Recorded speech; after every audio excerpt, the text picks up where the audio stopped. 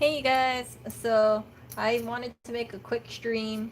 I bought a vintage earring lot and it included some earrings and there was one that they said it needed TLC. So this one, if you look really quickly, I already repaired one, but it was missing some rhinestones over here, and thankfully the seller actually included the rhinestones. So what I did is I grabbed some pliers and I just kind of opened it up a little, put the rhinestones back, and it seemed that, everything was good. Now, if you look at it, it's a little grimy, right? You can see that there's so much dirt and whatnot on it. But if you use a little vinegar solution, this is just vinegar with orange peels steeped for about 1 or 2 weeks and then mixed with water. You can see, and I wouldn't recommend this for everything. Vinegar is an acid, but you can see the dirt comes right off. So what used to be grimy shines up really nicely.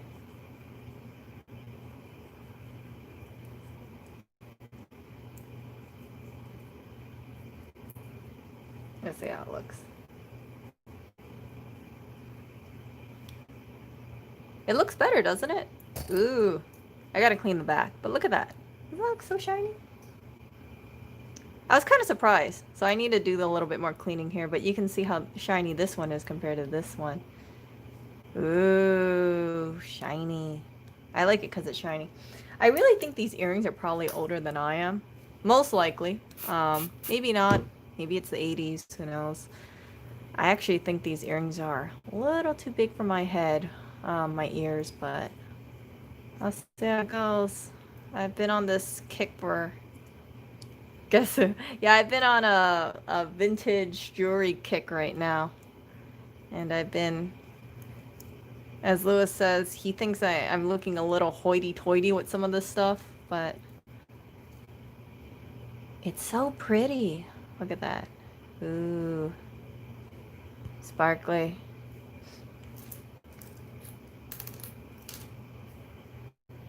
Ooh. I know most people aren't gonna look this close at a ear, but yeah. I kind of wish I saw rhinestones, a lot of rhinestone stuff. I don't really see that anymore. It kind of makes me sad. I think back in like the 80s, the 70s, they had some really good pieces. Even if they weren't real, even if they weren't, made out of precious stones or anything, they had some really pretty stuff back in the day. It's a lot nicer than the crap that I see in stores now. I'm not a big fan of a lot of the stuff I see in stores because it looks kind of plain, or it looks very fashiony. Ooh, see? It's getting shinier and shinier and shinier. Does it match with this one? About. About. So I might repair these. This is kind of loose. Yeah, I have to clean the back. This is kind of loose. I think that maybe there's some padding over here that goes on it, because this just like goes right off my ears right now. But I think there's some sort of padding that goes on here. Maybe it's gone. I'm not too sure. This is, like I said, these earrings are a lot. I think these earrings are older than me. I was born in '88. I think these are probably older, but I like them a lot. I like them a lot, even though they're bigger on my ears, and I'm gonna try and make them work, and this is gonna be my little project. Repair the earrings, see how it goes, and yeah. I just hope I don't lose these, because if I lose them, well, good luck getting a replacement. What is that? No, he did not have any he did not have any rhinestone looking earrings. Look at that. Oh, it's so pretty. Yeah. My mom used to have a few rhinestone pieces, and I thought they were so shiny. They were so beautiful. So when I see like these old rhinestone pieces, I just feel in lust with them. because they're so shiny, shiny, shiny. I don't know if they really pick up on camera, but if you see them in person, they're super shiny. I'm a big fan of rhinestones. I'm not really a fan of... I know people are gonna think this is funny, but I'm not a big fan of real gemstones.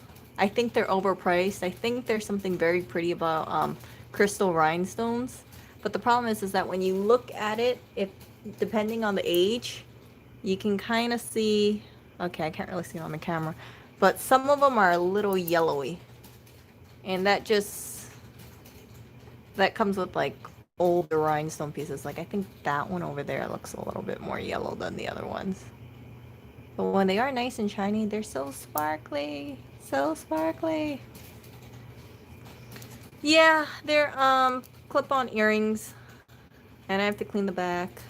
I think there's padding here of some sorts. But it came as a lot, so I bought a bunch of them, and I'm planning to clean them up and see how they are. So here's the first one. This was the one that needed to have TLC on it, and I cleaned it up and I repaired it. This part over here, I had to open it up with the pliers and then stick the 2 rhinestones over there. This one, I'm not really a big fan of. It's kind of plain. I honestly thought something was missing from the front. But that's the way it is. So I have to clean that one up. And then these are fake pearls. I have pierced ears, however my ears closed up. My ears did not like getting pierced, so these are fake. But they're screwbacks, and I know most of you are probably males. Between the clip-ons, see these? Between the clip-ons and the screwbacks, these are so much more comfortable. I'm kind of sad because a lot of these clip-on earrings that I see, they squeeze the bells out of the back of your earlobes. They have so much tension on it, it's just terrible. And I didn't know that back in the day, they made these screwbacks, and that way it holds them behind your ear, and it doesn't pinch it, so you can adjust it so it's comfortable and it holds. I don't know how well it will hold. I expect to probably lose one, and I'm gonna be sad if I lose one, but yeah, these screwbacks, they really need to bring them back. I know so many people have pierced ears, but I was that small percentage of people. I got my ear pierced at a tattoo parlor. They did it with a needle, and it didn't heal right. I kept getting this like scar tissue. I had like complications despite cleaning it as much as I could. And the piercer told me that it was kind of obvious that my ears didn't like to get pierced, and I would have to always keep an earring inside of my ear. Either that or it would be kind of it. I would always have to keep an earring inside of my ear, or it would instantly close up. And I made the decision that, hey, if my ears don't like getting pierced and doesn't like a piercing, then I'm probably better off not having pierced ears. So I don't have pierced ears.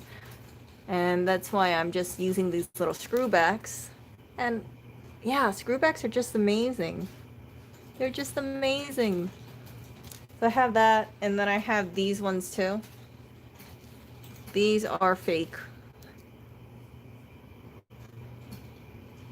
Yeah, you can control the pressure with the screwbacks. These are fakes. Lewis was telling me I look hoity-toity with these ones. I'm like really hoity-toity. So I have 1, 2, 3, 4 pairs of earrings, and I think I paid $5 for them, all 4 of them.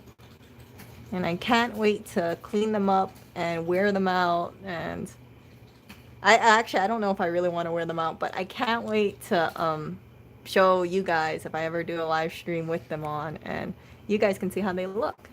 I'm really happy with them.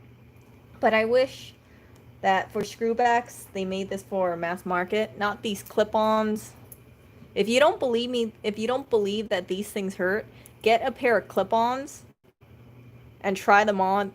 Most of them just so painful. It's really sore. I went to Japan and bought a bunch of clip-ons when I went to Japan.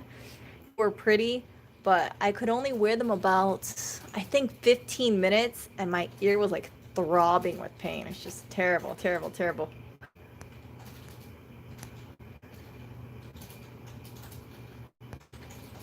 You know what I heard? I heard that a piercing gun is a lot more damaging than a tattoo needle. And the reason being is that when you have a piercing gun, they use the back of the stud, right? So you know the stud that goes behind an earring, they actually poke that through your ear with force. But if you have a piercing needle, they're specialized in it. They're professionals, so it's a lot less damaging to the ear. That's the reason why I went to a tattoo place, and it was a highly rated one, and I told them, hey, I want to get my ears pierced.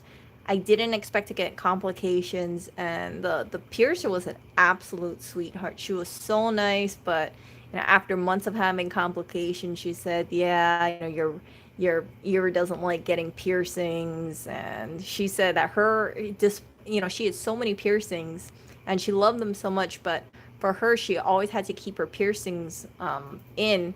Either that, or if she removed it overnight, one piercing can close up.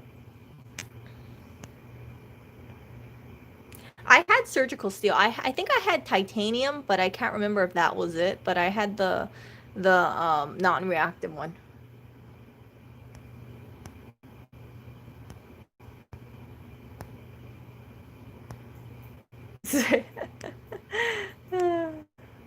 Yeah.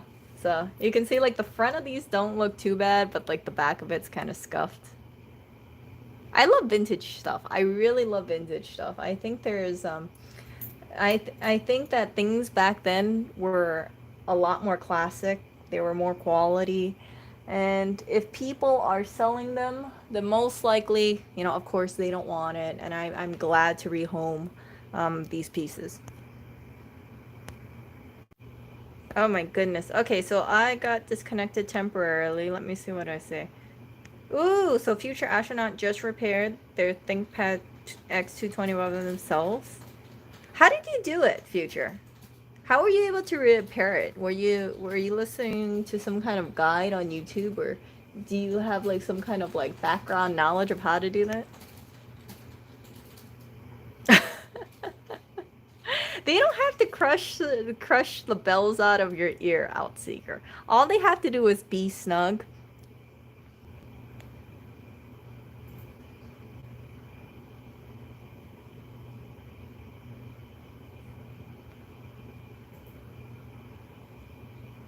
Yeah, so I don't know if it was a piercing stud. I believe they used the needle, but whatever I bought, it was the earrings that I purchased was from that tattoo parlor, and it was either I think it was titanium. I know it was a non-reactive metal. That's for sure. It was like 35 bucks too. I was hoping like I was so confident I would be, perfectly fine having an ear piercing, but sadly it didn't work out for me. So, for me, all those like nice little earrings that you see out in the store, I can't buy them. I have to go with these little screw back things. And I don't mind them. I really don't mind them. The only downside is it's a lot. I don't know if it's going to be easier for my earring to fall off. I cannot though buy these in stores, so I have to go online and find them from websites and look and see if anyone's selling their collection or their grandma's collection or their mom's collection, and go from there.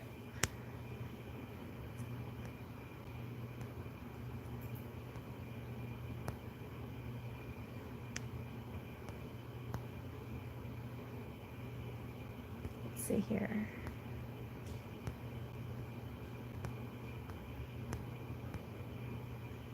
Let me see here. I think.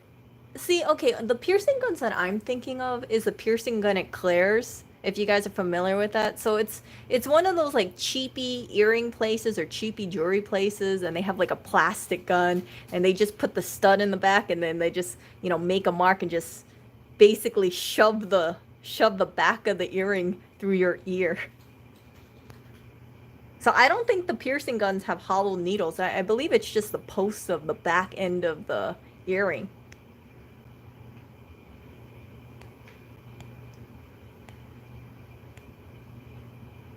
Ooh.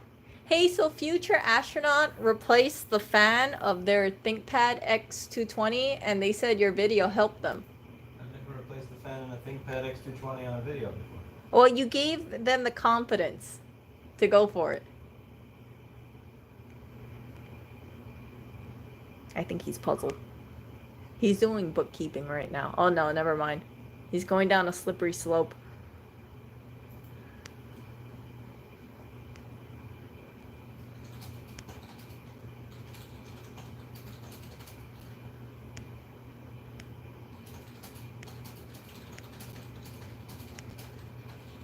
I've seen those conversion kits where they're like clip-ons, but I don't wanna clip them on my earrings. I don't want to squeeze the living bells out of my earrings.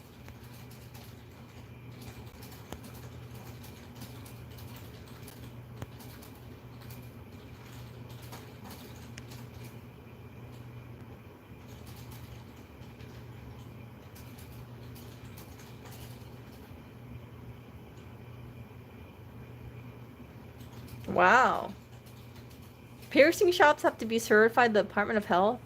Goodness. Okay, I think in Hawaii, at least, I don't know if you have to be certified by the Department of Health. I think you just need to make sure you alcohol swab the ear and make sure that all the instruments are probably at least swabbed down with alcohol and you're good. Just like go gun happy. Piercing gun happy, that is.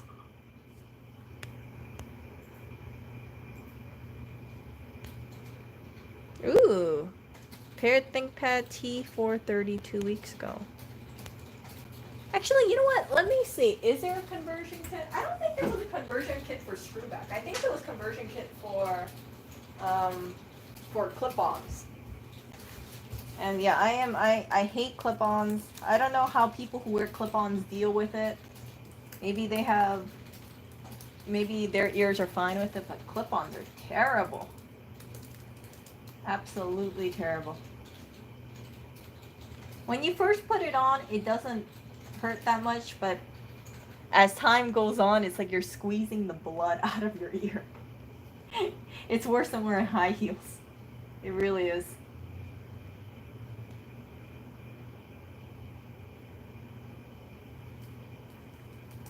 Let's see. Is there one?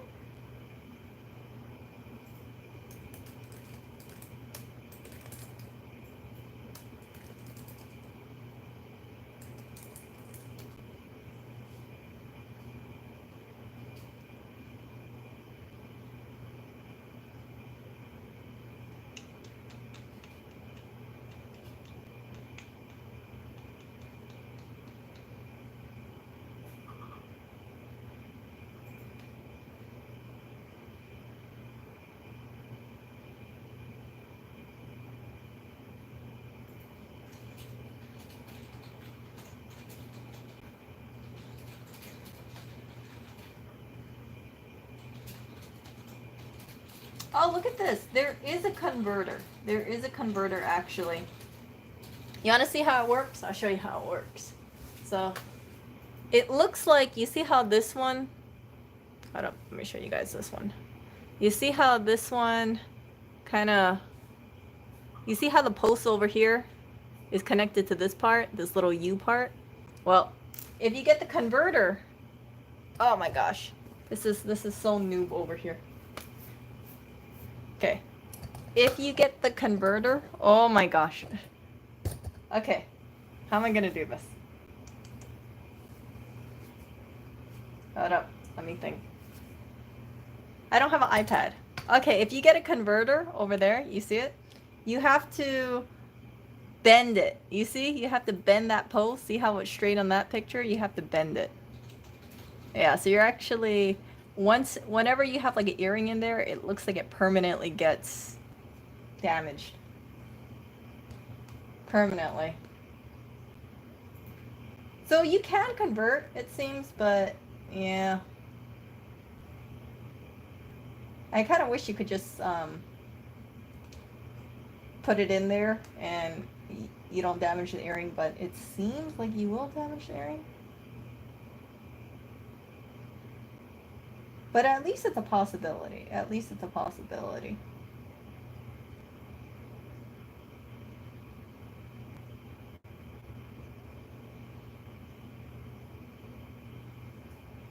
It's weird. Some people are saying that these screw back earrings, they're comfortable, but then after a couple hours and they start hurting. Who knows? Who knows?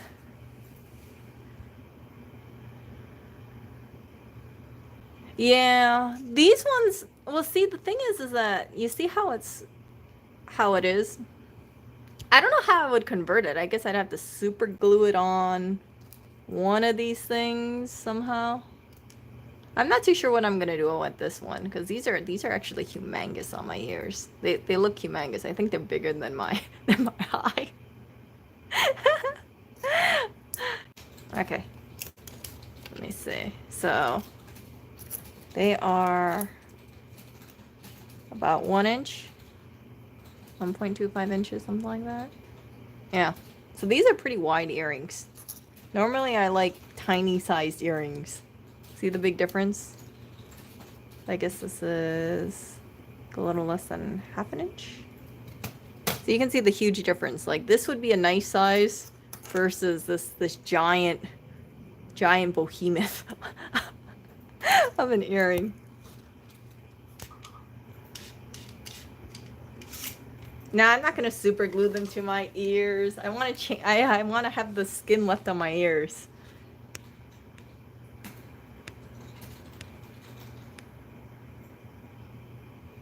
Yeah.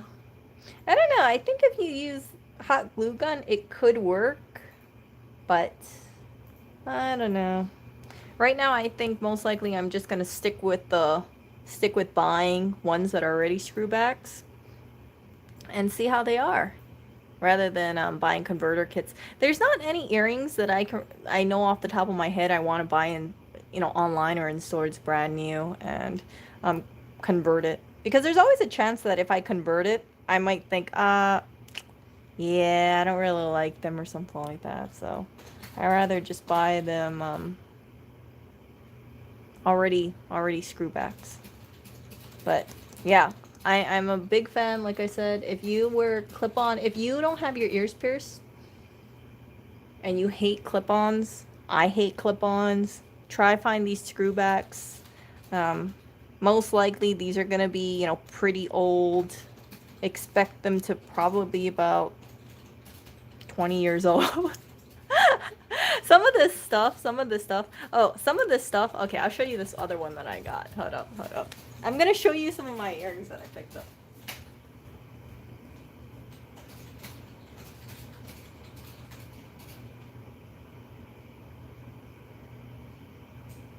So I don't know if this is true or not, but the seller was saying that these earrings are from the 1940s. I don't know if that's true or not, but they were claiming that these earrings were from the 1940s and they're screwback. So this is the one that sent me down that slippery slope. See it? They're so pretty. I don't know how to date earrings, but that's what the seller was claiming. And I thought these were so pretty. See that? So you can kind of tell what kind of earrings I like. Clear rhinestones, sparkly, screwback. That's the way to go.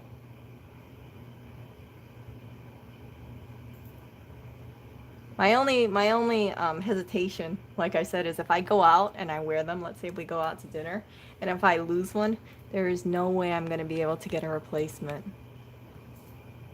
I don't expect to get a replacement at all. It will, I don't know. It's one of those things where it's kind of unique, and kind of unique in the sense that I don't see this kind of, I want to say almost like a disco ball of rhinestones. Feel that?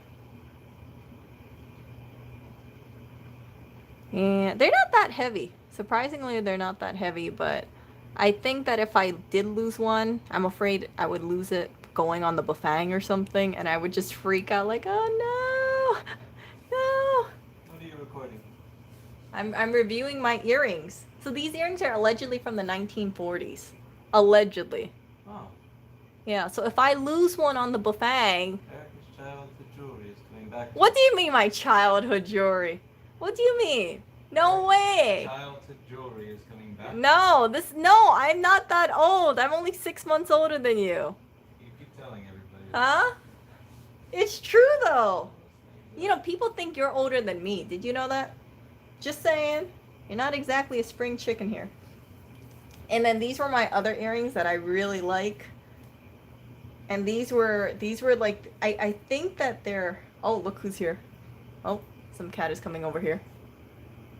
Oreo, no, Oreo. Jeez. He's trying to eat the No, shark. no. Man, that cat has no brain. Okay, Oreo. I'm just gonna have to mix everything up in here. No brain. I don't want this going through Oreo, if you get my drift. So, yeah, look, here he is. Hello. He checks out my earrings and I'm like, no, Oreo, no. I don't want him eating a rhinestone. And if he eats a rhinestone, it's gonna hopefully pass through him, and you know what I'm saying. Oh, his food came in. His prescription food came in, you know, the $130 food. I'm going to mix it in with his dry food for a couple days, see how he reacts to that, and then have like slowly decrease the amount of the old food, and then hopefully, you know, when he's at 100% of the new food, then I can, oh, hello there. Hello.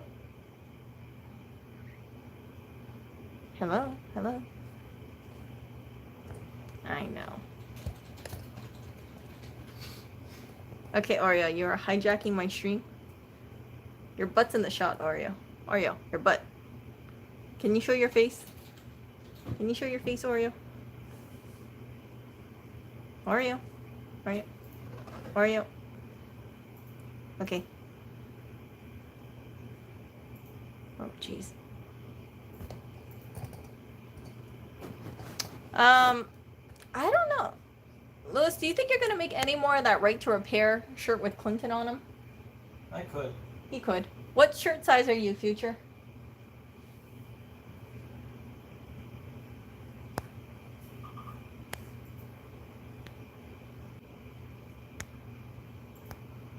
Okay, in case I cut off, what shirt size are you?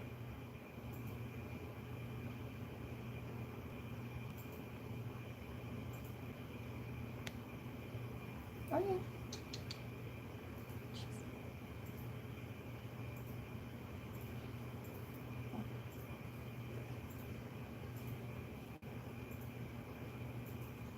Yeah, he wants his head petted.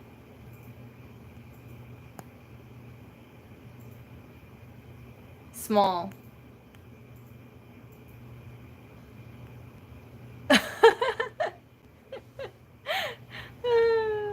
I don't think they make, you know, 7XLs in a lot of shirts. That's a specialty size. He could be Sorcerer Cat Supreme. Unfortunately, he sleeps on the job so much. Okay, so this is the other pair of earrings that I got. This was actually one of the first clip-ons that I got. And they are, you can kind of see the yellowing, but look at that. Isn't that pretty? You can see this one's a little yellowing, and that's due to age. This one's yellowing a little. This one's okay, Oreo. Oh, whoa. Oh, jeez. Okay, Oreo.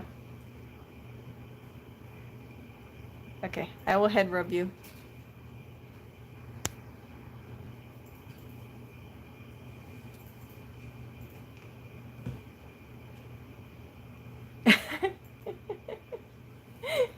Yeah, I think he saw it and he was like, oh, what is that? Let me see that. But yeah, these look really pretty. But yeah, that's the only downside about crystal rhinestones. If they age, they have a tendency of getting yellow. So you can see how like that one's yellowing and that one's yellowing and that one's yellowing. This is yellowing a little. It doesn't look, you know, crystal white. But it's not too noticeable when you wear it. But I like it a lot. You know, the first thing Louis asked me when he saw these earrings, he asked me, he said, Erica, how much should you pay for these earrings? because he thought they looked like they were pricey. And I think I paid $9 for these earrings. They weren't that pricey. They look more pricey than $9, that's for sure. To me at least. But I like them. I like them. If anybody is curious to know what earring this is specifically, it is by... Who made this one? I forgot. Oh, Sarah... I think it was Sarah Coventry or something like that. Sarah. S-A-R-A-H Coventry. Oh, goodness. Look at this cat. Yeah, this happens regularly, you guys. You can see on my streams I do with Oreo, he just comes up and he wants a cuddle.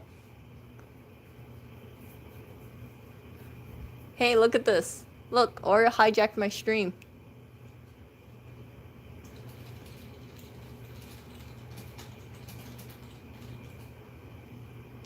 Now, people were saying that they think it's the glue, you know, the glue that's holding the crystal in the back. They think it's the glue that's causing it to be yellow.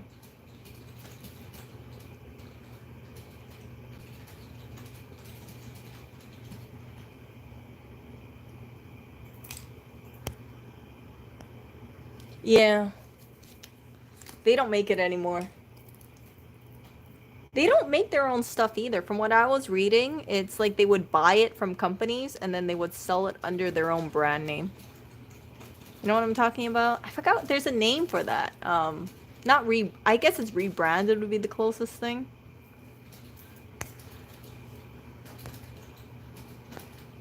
Yeah, I'm not gonna de-glue it or anything. I'm just going to admire it the way it is. And you can also see that it has these prongs. You see that? Come on. See the prongs? So if I did want to open it up, I'd have to undo all these prongs and then refold them up. And, you know, if I do that, it's not going to look nearly as good as the original. So I'm going to just leave it the way it is and enjoy them. I hope they last for many, many years. And here Oreo comes bombing my stream again. Oreo.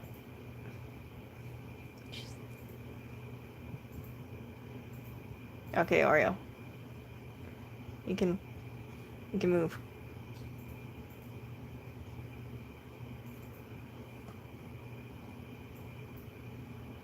I know he knows that I'm streaming too. Licensing.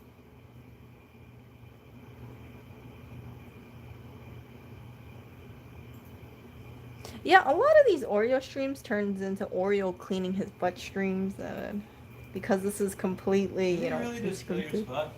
Yeah, he did. I was showing things, and I actually had the earrings in my hand, and he started like coming towards the earrings, and I had to move my hand.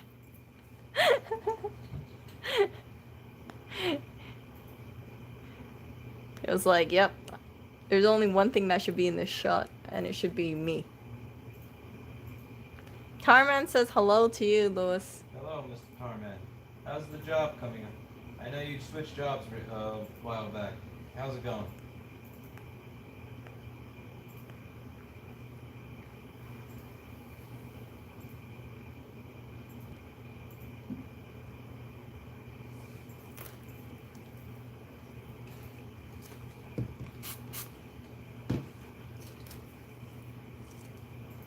Job is going well. Anja said hi, Lewis too.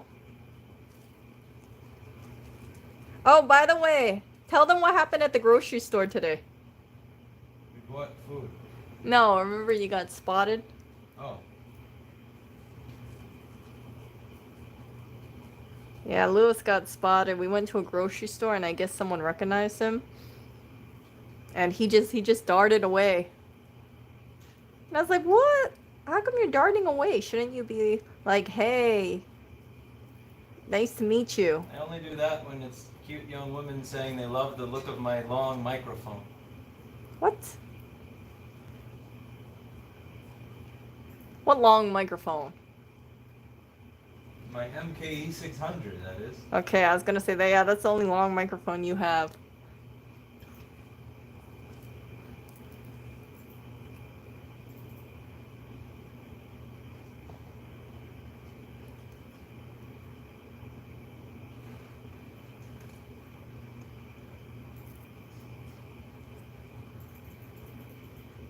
Yeah, I know. I saw that. I saw that video. Some people were saying things like, "Oh, hello there." They were saying things like hello there. No, no, no. They were no, Oreo was looking back at me. Look, he's nuzzling my MacBook. Look, he's a MacBook fan. Look at him. Look at that. He's Calm that nuzzling the kid down. MacBook. Oh, look at this handsome guy. So handsome. Oreo, you have great taste. Great, great taste.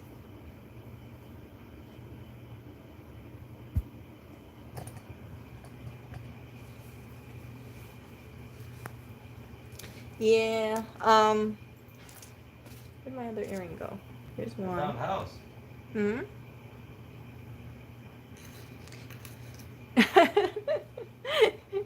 Yeah, a lot of my electronics has cat hair on it. Cat hair is actually all over the place. You know, when you have 3 cats and you have cat hair galore despite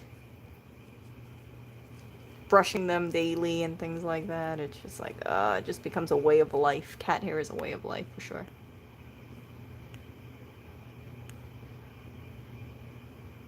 Tarman had a stream of you that you were in the old store and you told him to leave him the fuck alone. It sounds like something that I say to people. What? You actually say that to people? I said that to Copas. Oh. This is a ultimate half a house mist right here. I don't want to see your half a house. Shingles for the back, Oh. brick for the front. But it's a trick half a house because you wouldn't tell until the back of it that it's a half a house. That's the worst half a house. Also, you won $900,000. $900,000 for half a house? I give you $450. Yeah, Lewis is thinking about lowballing all these people. I give you $450. Look at this kid. Oreo, that is a toolkit. That's not a cat bed. Oreo. Oh my god, do you see this? He's trying to scratch my toolkit. Scratch it, Oreo. Scratch it. Scratch it, Nurse Ratchet. Oreo, that's not a cat bed. He made this a cat bed, you guys. Oh my gosh. Oreo, that's not a cat bed.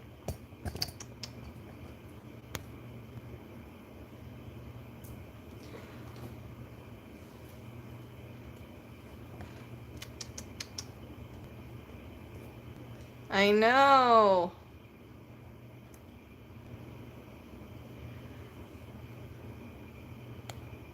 He uses that as scratching post, and now he's just sitting on it. That wasn't the purpose of that toolkit, Oreo. I wiped his butt earlier today. Sometimes lowballing works.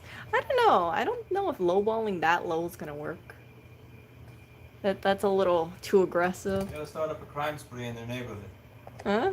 Get them to want to sell fast. I don't know. We have to start a crime spree in their neighborhood.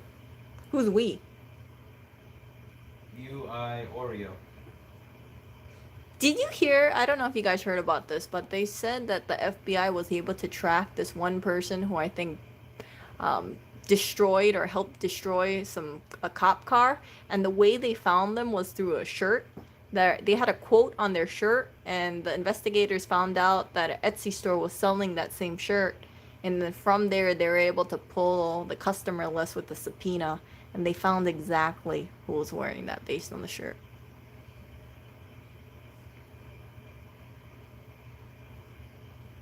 So I don't know how that's gonna work. It makes me think of all these things, you know, with the ways that cops can identify you. Not really worth it, especially because you're an influencer. They probably would just be able to find you very, very quickly. I think you would be a terrible criminal. Terrible, terrible criminal. Oreo's not smart enough to be a criminal. What do you mean? He has street cred. So there was a crime wave in Oreo's area around the time that Lewis found him. And I was telling him, I said, yeah, Oreo tried to flee from the violence. Debatable though, debatable, because it is like 8 miles away from us.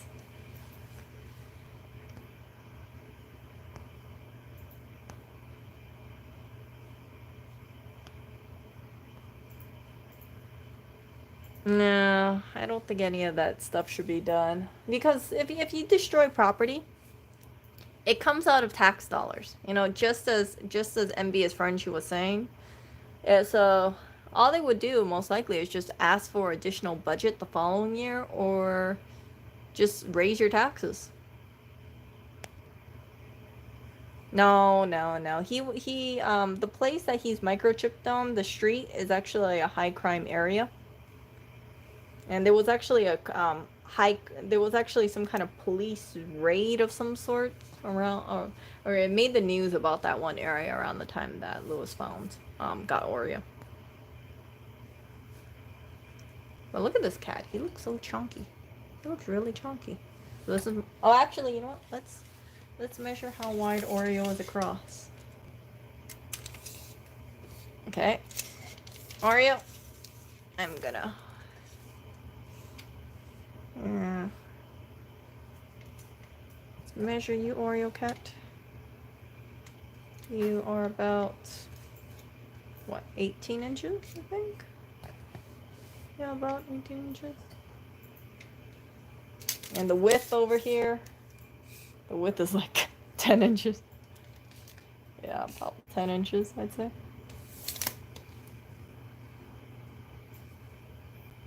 I want to take the circumference of Oreo, so you guys. Let's see.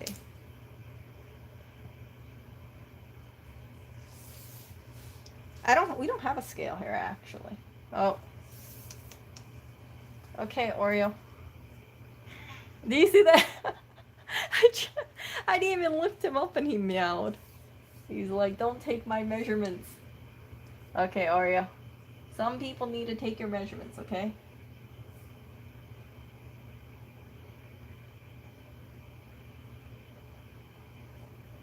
Come on. Come on. Oh. Okay. Look at that. He's like 20 inches. He's like 20 inches around.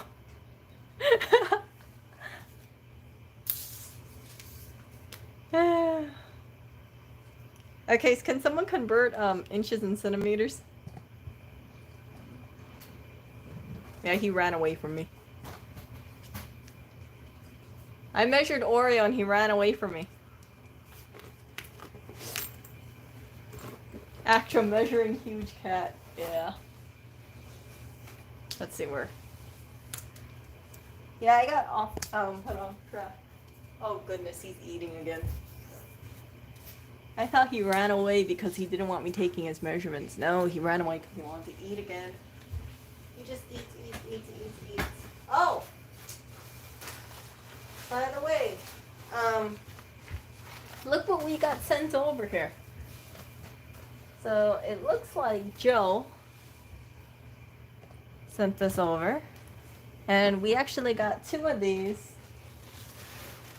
And I know the cats are gonna love them. Yeah, so the apartment's gonna turn into like mouse heaven over here. And we also got this. Look at that. 2 from, so to someone from, I guess, Lewis. What were you thinking? Source of bewilderment. Can you help me out here and stop it? Explain, intervene, try harder, call the cops. Advise, save me, give me a break. And then here's all the stuff.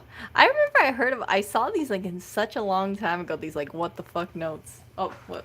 I'm not supposed to curse on camera, but yeah, it's very straightforward. Like you can just send this to someone and just be like, yeah. You guys need this? Yeah, let me find. I don't know where this. I know this was purchased off Amazon. Yeah, I know this is like the most passive aggressive thing ever. We have like a lot of notes around the house, but I don't know how Lewis is gonna find this because it's just gonna be like, what the fuck, what the fuck, what the fuck, what the fuck, what the fuck, what the fuck. Like what the fuck, you know? You know. Um, what the fuck did you say? I don't know. Did you mean by that? I know I shouldn't. Anja, I used to have a much nicer mouth, and then I met Lewis, and then my mouth turned a lot worse. That's bullshit. It was. Before I Her name is Sinna for a reason, because she sins. whatever. Okay, before, I used to have pretty clean language, and then all of a sudden I caught myself calling some person a fuckface.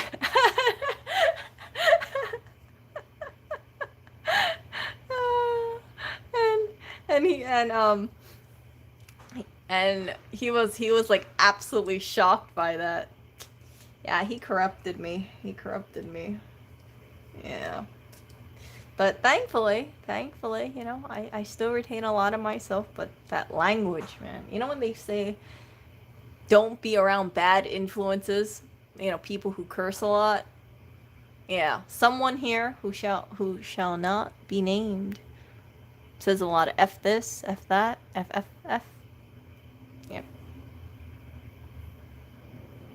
Oh, so Cinnamoro. So Cinnamoro is a Sanrio character, but I didn't want to call myself Cinnamoro, so I needed a first and last name for Google, so I just thought pink sounds cute because I like the color pink, and I'll make it Pink Cinna.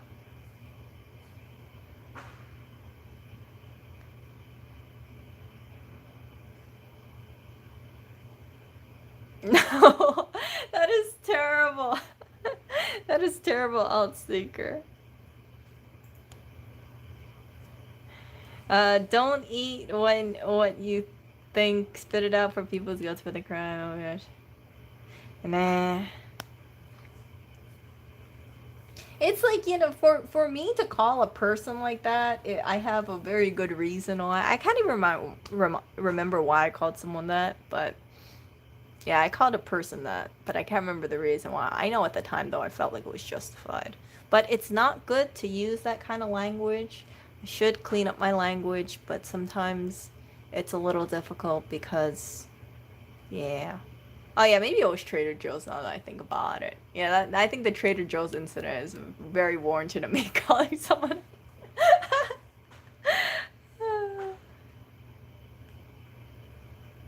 No, I don't store my problem that I have with people. I have a lot of the times, like when I have an issue with a person, it has to be a big thing. It's not gonna be because of like some small little thing. No, it was at nighttime. So, what happened at Trader Joe's, just to give you guys a summary, it was around the time of the pandemic, when it first was going around. And I went to Trader Joe's and so much of it was empty. Now, I mostly I think I bought salmon, I bought chips, like so much of the frozen food was gone. And I saw that a box was open, right? A box of cauliflower rice. So, and the employees were stocking it. So I wasn't in their way. It was just a box that was open on top of a few other boxes. And I figured, hey, if the box is open and I see it right there, I might as well just grab it. So I grabbed two. Like I said, I wasn't in anyone's way. I wasn't being rude or anything. I just saw it and I thought I'll just grab two, just do my own thing. Then this woman comes and she obviously freaks out. And she's like, she basically told me like, I can't do that. Like, stop.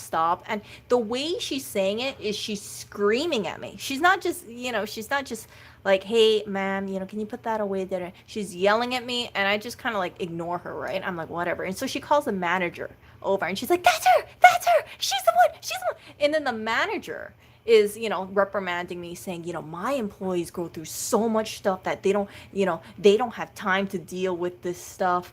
And I'm like, what the I'm thinking that in my head, right? He's saying like, my employees work so hard and the way he was talking to me was like I stole it. That was the way that I took it, because if you're having a serious conversation with me, over cauliflower rice. Like I said, it was an open box. It was just lying there. I just thought, okay, I'm gonna grab 2, not 20. I just grabbed 2 packages, right? 2 packages.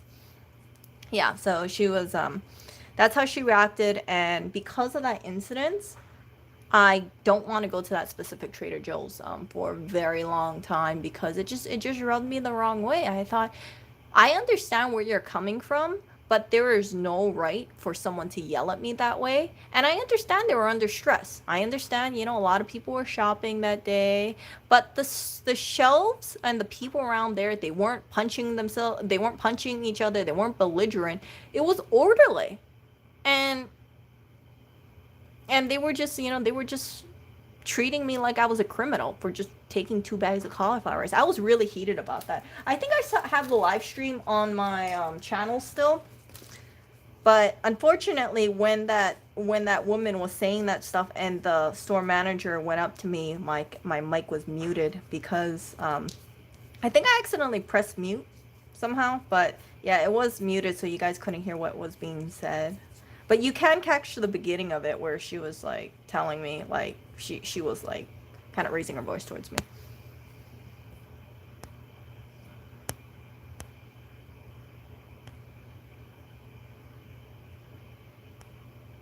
Yeah. Yeah, she was an employee though. She was an employee, and I guess she was, you know, like I said, everybody in that Trader Joe's was perfectly fine. I saw the store shelves. I was like, I'm not happy about it, but it is what it is. I'm just gonna grab, extra stuff instead. When I saw the open bags of cauliflower rice, I thought, okay, no big deal. I just grabbed 2 bags and be on my way. That's it, just 2 bags. But it was like high alert, terrible thing I did. How dare I grab 2 bags of cauliflower rice that was, on in an open box that no employee was touching. Yeah. And it was about shoulder height too. So it wasn't like I was climbing over something to grab that thing. It was just me sticking my hand out, grabbing 2 bags, and that was it.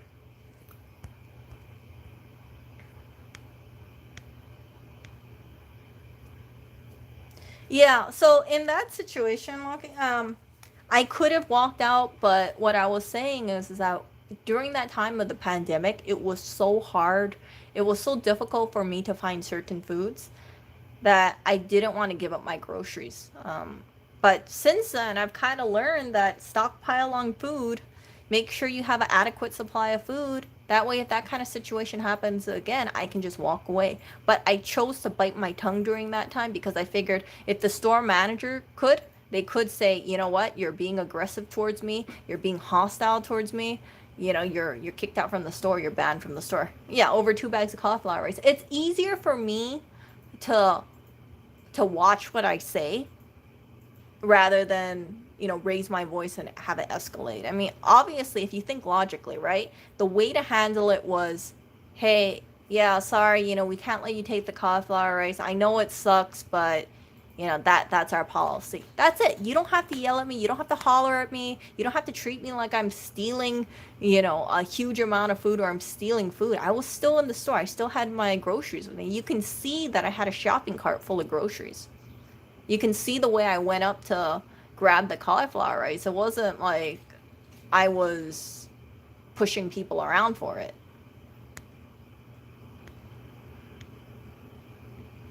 No, Karen was an employee.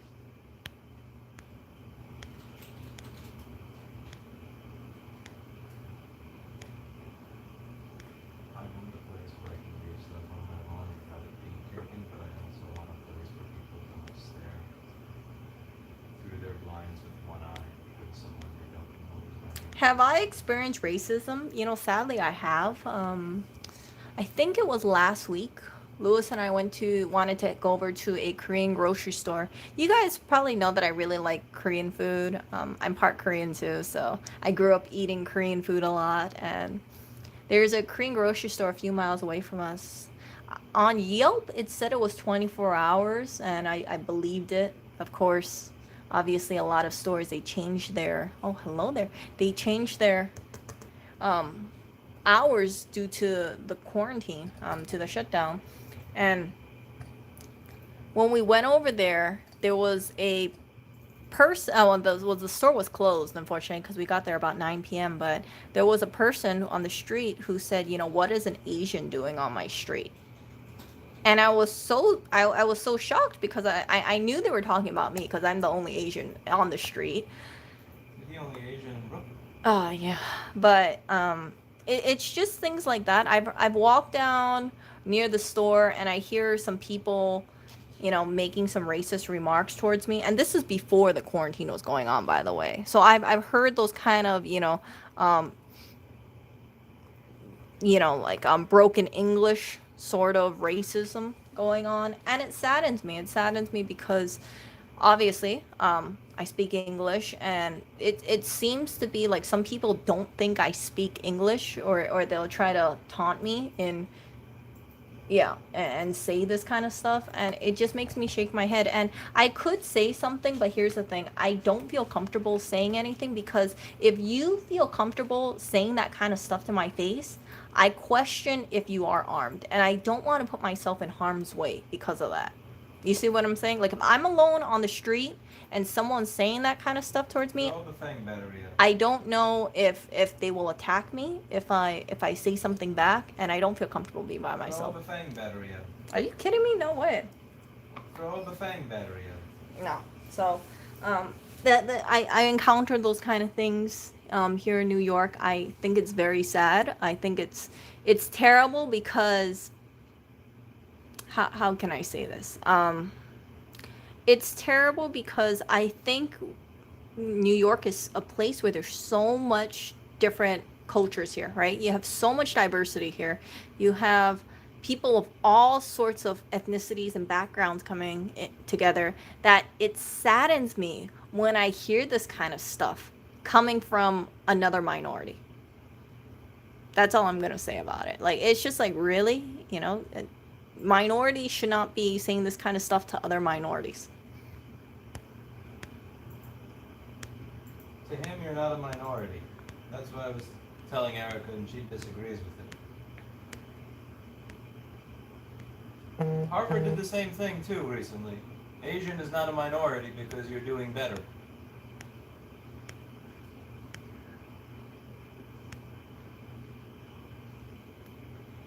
Yeah. And I'll take it. That's the thing too. I know. Those people who say those kind of things to me, they're not Native Americans, right? Everybody here, their ancestors are traced to other countries, other areas. So, what gives a person the right to feel like, hey, there's someone encroaching on my street that's not indigenous to this country, when they themselves are not indigenous to this country?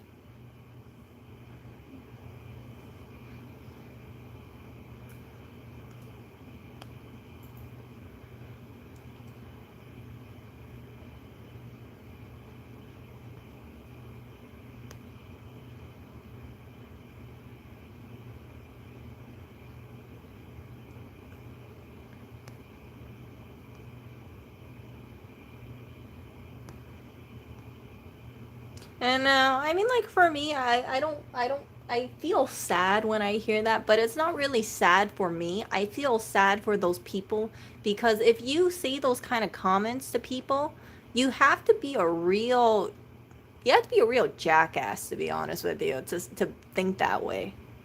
Well, what positive is there from just mentioning, hey, look, there's a person who looks different than me on the street?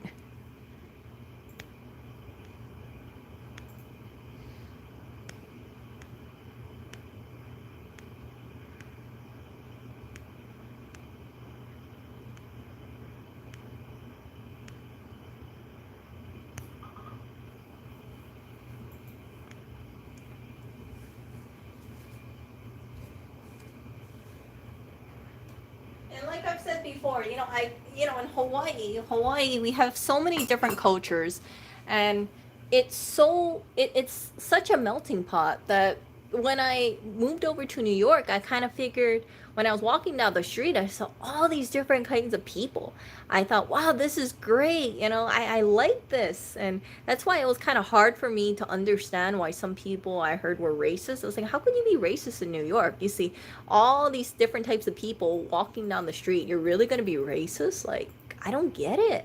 I don't get it, especially if you're surrounded by that. In Hawaii, people tend to be, warm and friendly to each other. Mostly, okay? I'm not gonna say there aren't bad apples, but there is.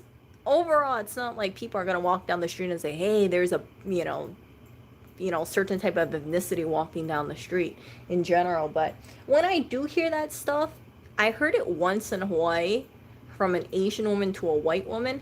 It really disgusted me because that Asian woman, she told the white woman, go back to your country or something. Or no, she said go back to the mainland. I thought, how idiotic and how pathetic do you have to be to tell someone, yeah, get off my island? I guarantee you her ancestors were not indigenous in Hawaii. Okay, just being honest here. Nice tourism supports your island, mofo. So, yeah, and the sad thing too is that she was laughing about it, right? The white woman was drunk. I felt so bad for her because she obviously had too much to drink. Her number one and the number one worry for me is I hoped and prayed that she would get home safely, and then she gets belittled by this, Asian woman, and the Asian woman is next to her boyfriend, okay? And the boyfriend doesn't say anything about it. I wish he would have like spoken to her and said, hey, you need to cut that out because that's so narrow-minded. But it seemed like she just felt so proud and happy to say this stuff. And this Asian woman, just by the way, in case you're wondering, she was not a looker, okay? It wasn't like she was, a 9 out of 10 woman, and she had this kind of prissy attitude about her. Have a dog. No, she was honestly very basic. She was very average or below average, and for her to have that kind of attitude towards someone else just because of their skin or their how they look, I think in my opinion it made her look so ugly. And I remember her because of that. I remember how ugly that woman was because that is not how people should treat each other. It's sad, criticize people on their character that they have, but don't criticize them on something they can't control.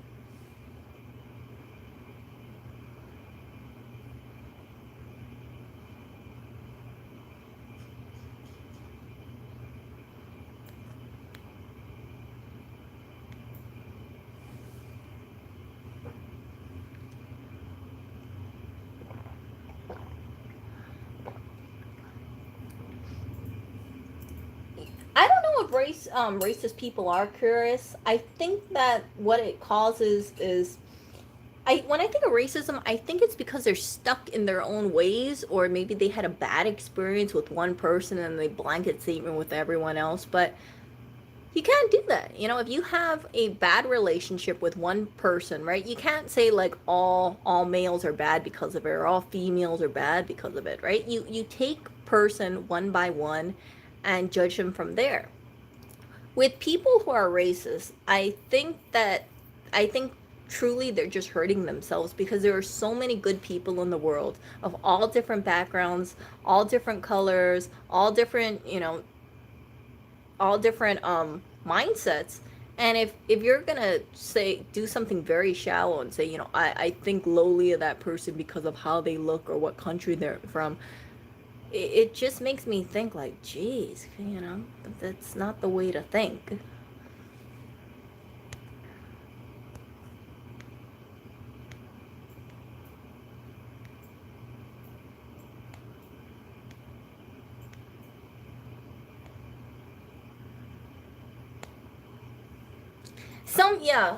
There are some people in Hawaii that don't like tourists, but it's not a big amount. You got some people in Hawaii who don't like white people, and they call them haoles and things like that.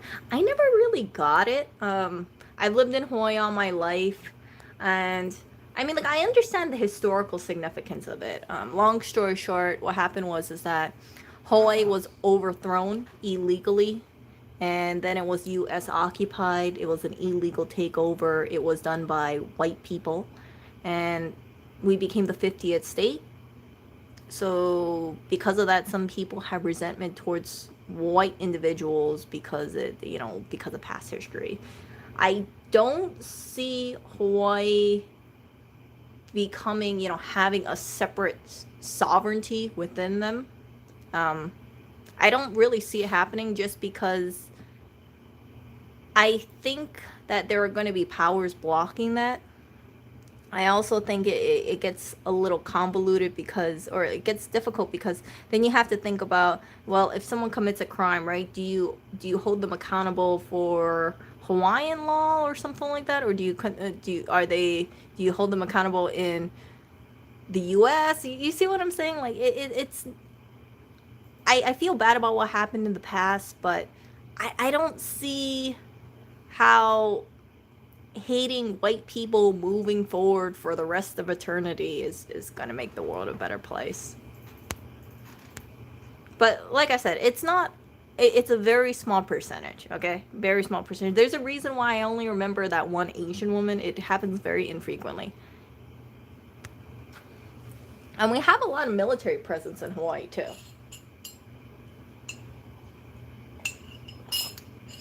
And as far as I know, people aren't resentful or anything of the military. They're there, and yeah, a lot of people have like government jobs in Hawaii or military lives over there, and yeah, I have no problems with the military or in Hawaii. But some people do, but that's on them.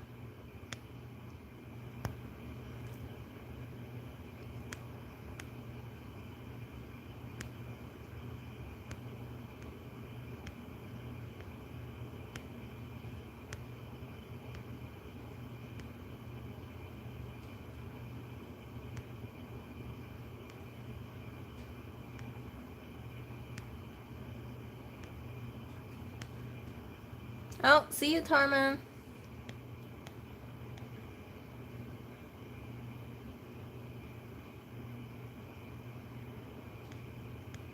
Hello, Catherine. Yeah, Hawaii was its own country. I forgot a lot about what happened, but it was a recognized state or sovereign state by several countries, including France. And then it got taken over illegally by the U.S. or some U.S. representatives of sorts, and the Queen signed over her rights conditionally, if I remember correctly.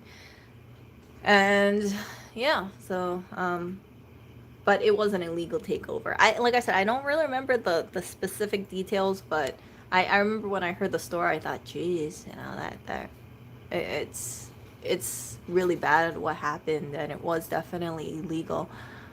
But what can you do now, right? Does Hawaii, do we just say, okay, screw it, we don't want to be part of the U.S. anymore, and then you withdraw everything? It's very complicated, very, very complicated.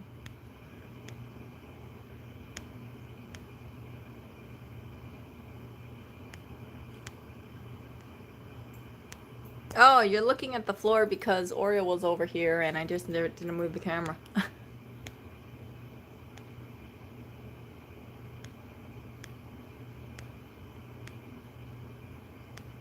No, I didn't see the Drunken History show.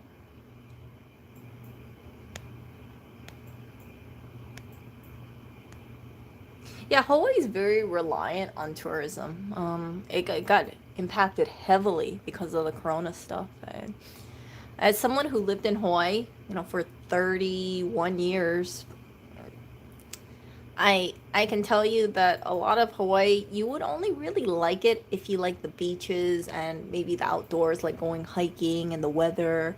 And the people are pretty, quite warm.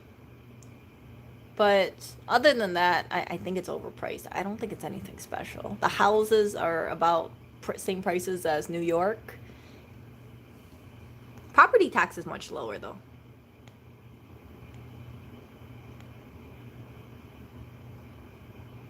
Aww, Catherine's kitties are opening their eyes.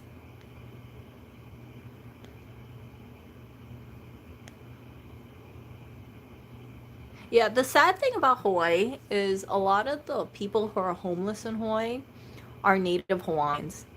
I think it's terrible because it's happening since, you know, prices of housing is so expensive, and then it gets so expensive, and then you got some people who, you know, they they just have they live far away, and then if anything happens, it's hard for you to get your, how would I say this? It's like certain places on the island, they make less money than other places. So if prices of housing is going up all around, it's hard to find places to live and get to work. If you don't, and there's such like a long commute. I know some people, like, they wake up at 4 a.m. so they can go to work by 7:30, and they're driving their car. Like, the traffic there is just terrible sometimes. So you wake up at 4 o'clock, you leave the house around 4:30, and then you get to work around 6:30 or 7. Yeah.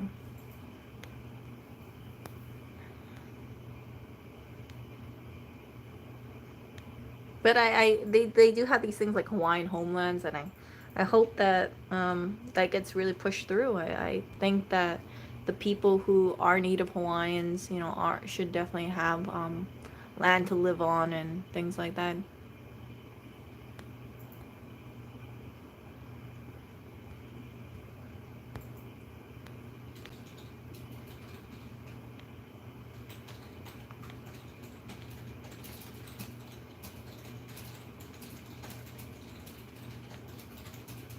Oh goodness, Anja. I don't know if you would want to get the job at the Mauna Kea.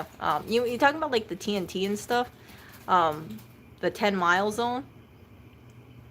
10 mile telescope? Yeah, that's a point of. And last time I checked, I haven't been keeping tabs with that, but last time I checked, it was very heated.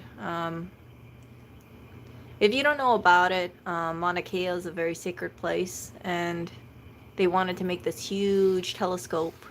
They wanted to put it right on Mauna Kea, and they were saying that it would be, you know, detrimental to the land over there, and all these sort of things. And yeah, they wanted it somewhere else. I don't know if they moved it off Mauna Kea or if they're gonna go somewhere else. I know there were talks about it, but people were stopping the construction, and the construction trucks going up there, and they had a lot of protests, and people got arrested.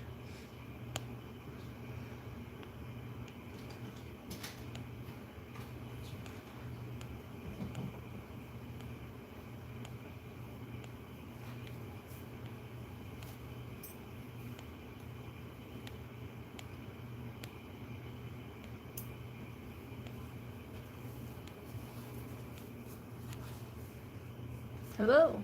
What are you up to? What do you want? Didn't I just feed you not so long ago? Lewis eats way more often than I do. There's food in the fridge. What? It's fine. Oh, yeah, it's a MacBook. Guys. I feel like you eat every 2 hours. Is it just me? I'm not sure if I should eat, actually. Am I really hungry? Are you thirsty? I'm gonna make sure I'm not thirsty first. Go get your I water. just ran out of water. Should have protein shake, actually. Go refill your water. I picked protein shake. Yeah. So, yeah, that's the thing. Like, yeah, Lewis eats like all the time, and I think part of it is he probably needs to eat more protein. That's probably it. My girlfriend turned off my subscribe and save for all my protein powders. No, I didn't. That's lies. Look at your subscribe and save. I never have enough protein powders. I ordered 2 this month, okay? I ordered 2 this month. Don't say that. And I'm still almost done. Yeah, it's coming next week. This is total first world problem. I don't have my protein powder. I'm gonna be short on protein powders. Oh, whatever, you. Girlfriend is sabotaging my gains. Your games? What games? These gains. These games. Where's your? All right, we're gonna show. She didn't just say what gains. All right, you ready, people? I got something I'm gonna show you all. I'm gonna show you all something. 5% battery. What is it? Oh no, I don't need more than 5% battery to show this. What? What is it? What are you doing? This is weird. This is weird. What are you doing? This is strange. 2, 3, 4, Nobody asked for this. 5, 6, 7, Okay, you know, what the hell is this? 8. What was What that? gains?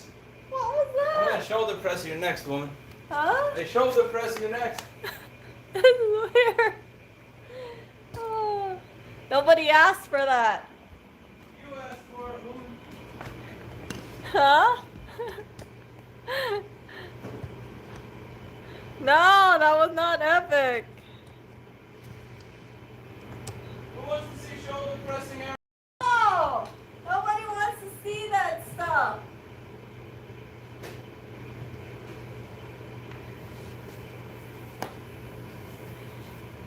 Oh. Outseeker, I blame you.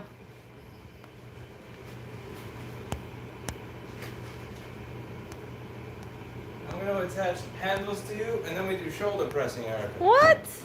What did they say? They lolled. They said they could not do that. I know. Catherine, you're right. You shouldn't do that. Nobody should do that. What? Nobody should try to squat Erica. What? No No! idea the mass of this coconut.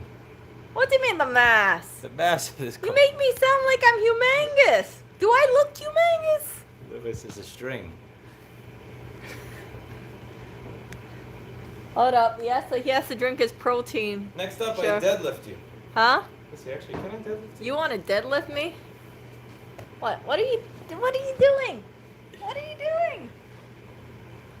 What is this? This is strange. This is strange. What is this? What? What? This is like how to get rid of a body. What? Yeah, I can't grip. I don't know how to grip you. I've never deadlifted a person before. Huh? Okay, here.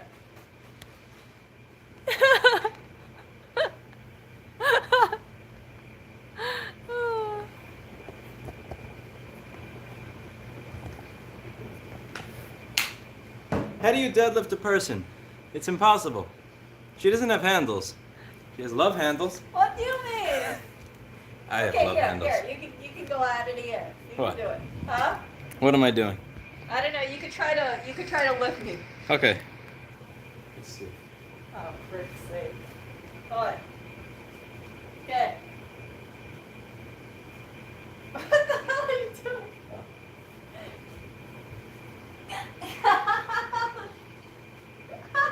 What? Oh, God. 2.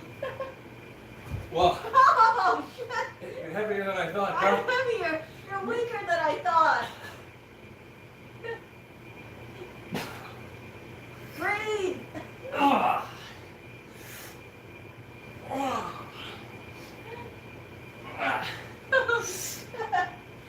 Someone's gonna tune and be like, what the hell's going on?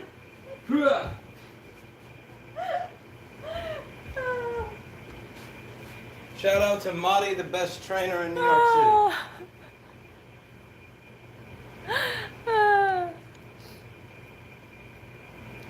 Yeah, thankfully I'm back on the ground. That was a good thing.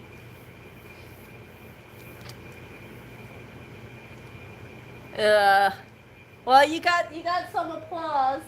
They said good on you. Oh yeah, don't remind me on that. His farts are deadly. They're deadly. They really are. No.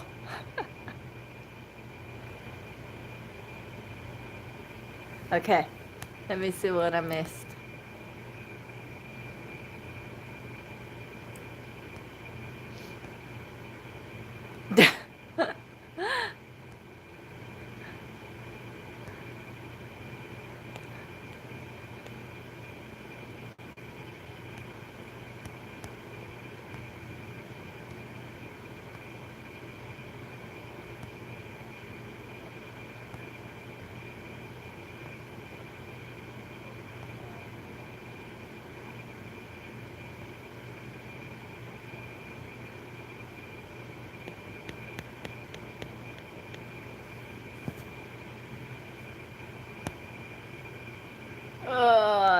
No.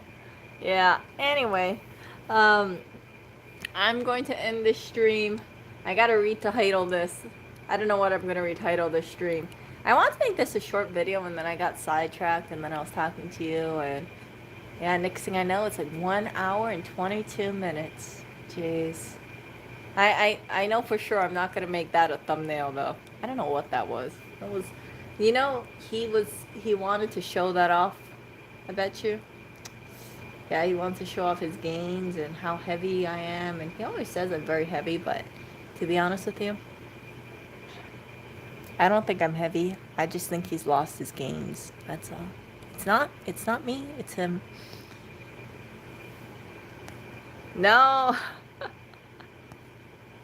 Feats of strength. Random feats of strength plus jewelry. Squats and put. Okay.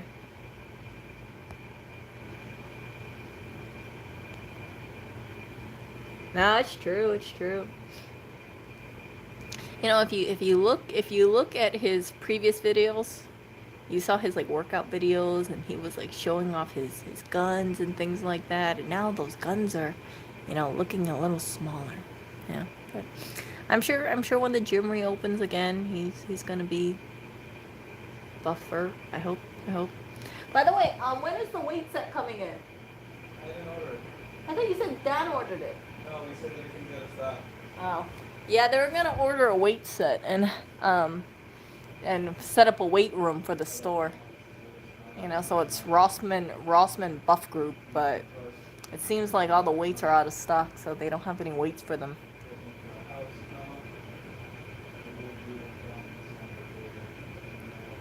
Yeah, he calls me heavy. I'm like, what? Yeah, I'm like about 110, 115. Usually I'm about 113.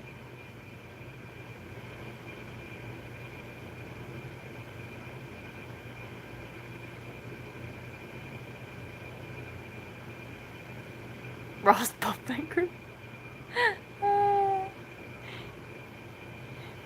Yeah, I agree, Outseeker. He needs to get some real weights.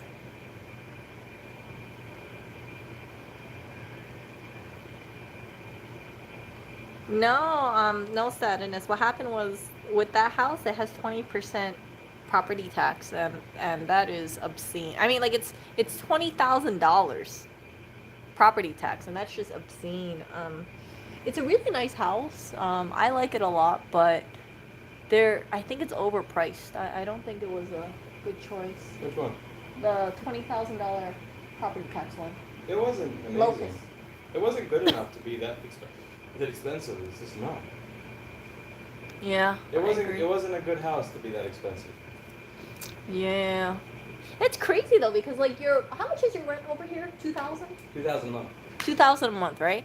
So for him to rent over here, it's $24,000 a year. If he lived in Malvern, that would be $20,000 a year just in property tax. Well, here's what I've learned. Inside of the 5 boroughs of New York City, property tax is much cheaper. It's 0.8%. However, the property prices are insane. In Long Island, the property taxes are more sane. I mean, the property prices are sane, but the property taxes are crazy. So you're trading one for the other. I want both. I want the house to be affordable, and I want the property tax to be low, because fuck you. Okay. So here was my thinking. I was thinking, like, what if you managed to find a commercial building that was low? By the way. That's fine. What? What? Let them see my microphone. Oh, jeez. No one wants to see a Rode microphone. They want to see my Sennheiser microphone. Erica's Erica's idea was to find a building that has a store with an apartment upstairs. But the problem with Erica's approach is every building she shows me has a really, really tiny store. Some of them are smaller than the old store that I just left. Or they're in East New York. So Great place to have a MacBook repair shop, Erica. no, Right in the middle of no, Brooklyn. there was one in Brooklyn. There was one in Brooklyn. In East New York! You open a MacBook repair shop there. Oh, Brooklyn is East New York? East New York is inside Brooklyn. Oh, whoops. You keep showing me places in East New York, you troll. I think Brooklyn. I think it's like nearby here. So, Yeah, my thinking was buy the whole freaking building, right? Buy the whole building, have like a big a long-term mortgage on it because you already anticipate in 10 years you'll be giving like $1 million to your landlord, right? You can have a mortgage that's more than 10 years. So there was some buildings where I was saying if you have like a store and with the basement, and then if it has like 2 apartments, you can use one apartment as extra space for the store. And that way you own the building. If you want to get out of the building, you could just sell it all. And you could live there too, so your commute would be very, very short. And you could also see Blackberry all the time. You want me to get shot? I don't want you to get shot. Good. And then you're gonna take over my business. How am I going to take over your business? After I get shot. Yeah, but how am I going to take over your business? Well, I'm dead. Yeah, but that wouldn't work. You know why? Why? Because I wouldn't know how to do board repair. Nothing can happen to you. If anything happens to you, then all these people will not have their MacBooks replaced.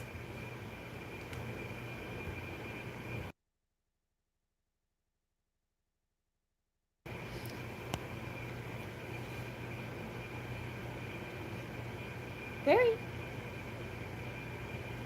Come here, little girl. Hello. Come here. Come here. Let me comb you? I think she wants me to comb her. Hello, Barry. But Barry.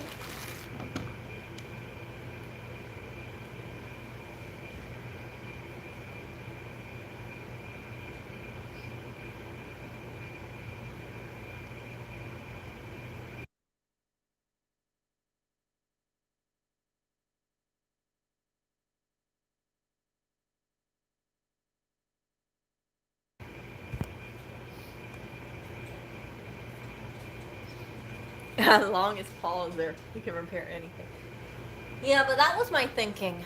My thinking is that I don't like the idea of, if mail-ins go up, then I don't really. If mail-ins go up substantially, I think that it would make sense, if possible, if he gets just gets his own building, maybe in the future sometime.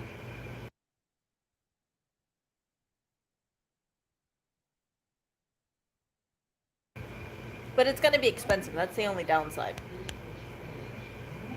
But I think it's doable.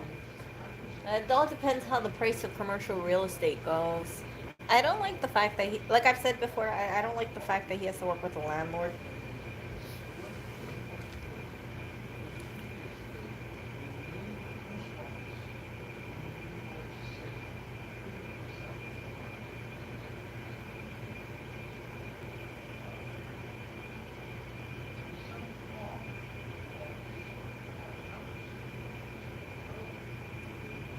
Yeah.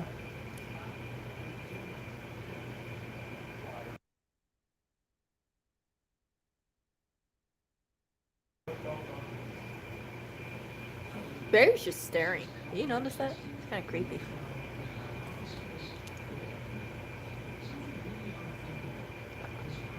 You should have a staring contest with Barry and see how long it lasts.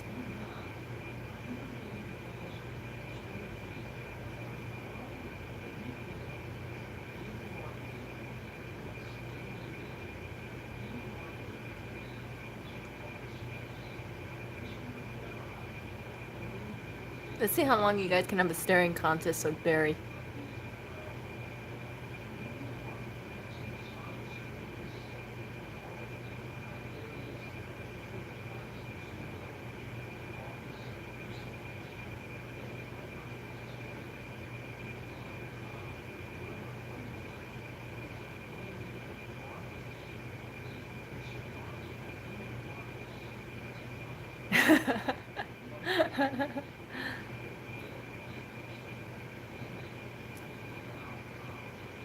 I noticed she's not fully blinking. What do you mean his accent is changing lately?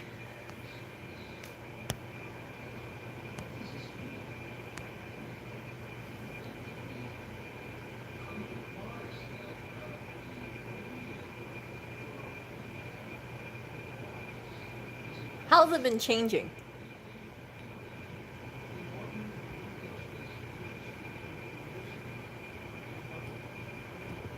Like, how does it sound? Because I don't catch it.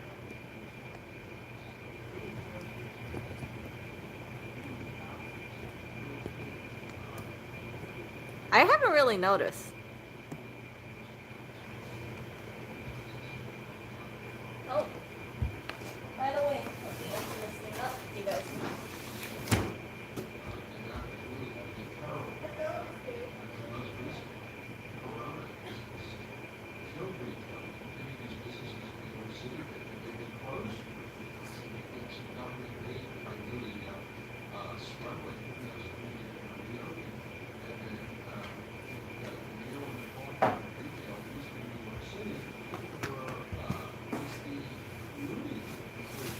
Okay.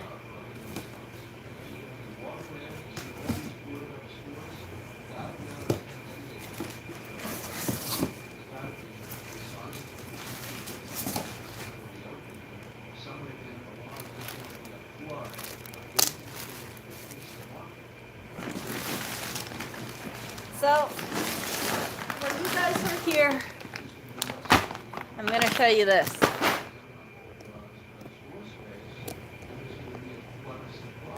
See this? Oh, hold up.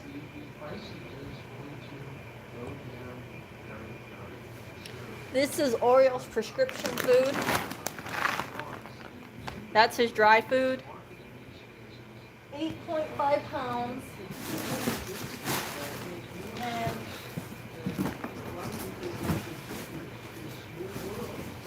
this is his wet food. Over there. It finally came in. I'm happy about it. And yeah. I just got it in today. So I just opened it. I don't know if it's gonna work, but yeah, hopefully it works out. We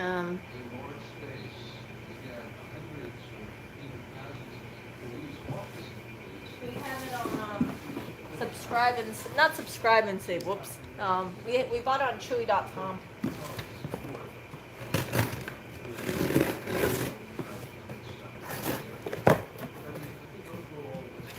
Ooh.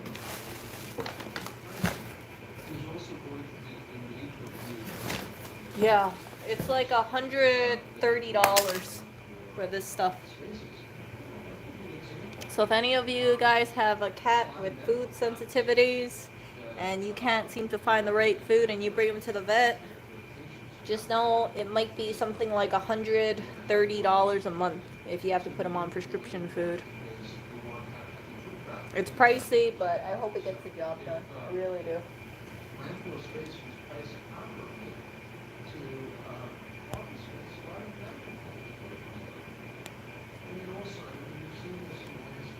Yeah, I hope he feels better on it.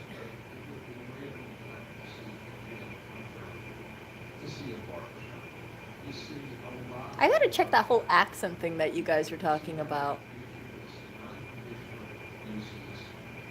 I'm actually planning to just put all the cats on this stuff, and the reason being is if I try to separate their food, I keep food out overnight for them, right? Oreo is inevitably going to eat the regular food. So I think it's easier to just put all the cats on this prescription food. Because what I don't want is Oreo eating the regular cat food and then he has bowel issues, and I think this stuff isn't working, but in actuality he's eating the regular food. It's not prescription in the sense that it has any medicine in it. It just has the formula inside is easier for them to digest. So if Clinton and Barry eats it, they won't have any they shouldn't have any side effects from it. What happens if I don't leave food out at night? Meowing. We get a cold wet nose rubbing against us at night or early morning, things like that. Yeah. Really? So weird now? You still hear it? No, I don't think he's changed anything. Are you talking about the shilling voice? Like... Yeah, right. Are you talking about the shilling voice? Because his shilling voice is very weird. The shilling voice, like his, yeah. That's a weird voice, I'll be honest with you.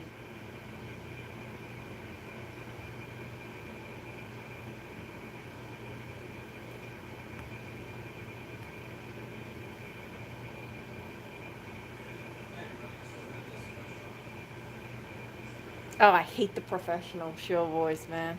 I hate that. You know, like that infomercial thing? It's terrible. Oh gosh, I have bad memories from that, you know, store.rossmangroup.com. Oh, look at that. Look who's marking the food. It's Blackberry. Oh god, I hate that. I hate that commercial. I hate that one so much. Outseeker. I hate it. Every time I see it, I just want to, like, bash my head against the wall. I'm like, oh gosh. Oh, it appears a lot on the houses video? No, I think that's just his regular voice. Yeah.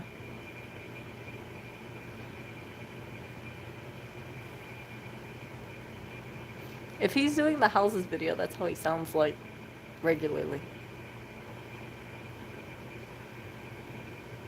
But yeah, the commercial voice one is like store.rossmangroup.com.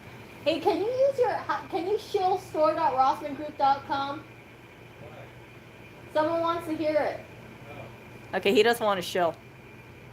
No, I can't. I can't do the show voice. I absolutely can't do the show voice. I don't shill. He won't shill. He's not a shill on command. Although it seems like it based on his commercial.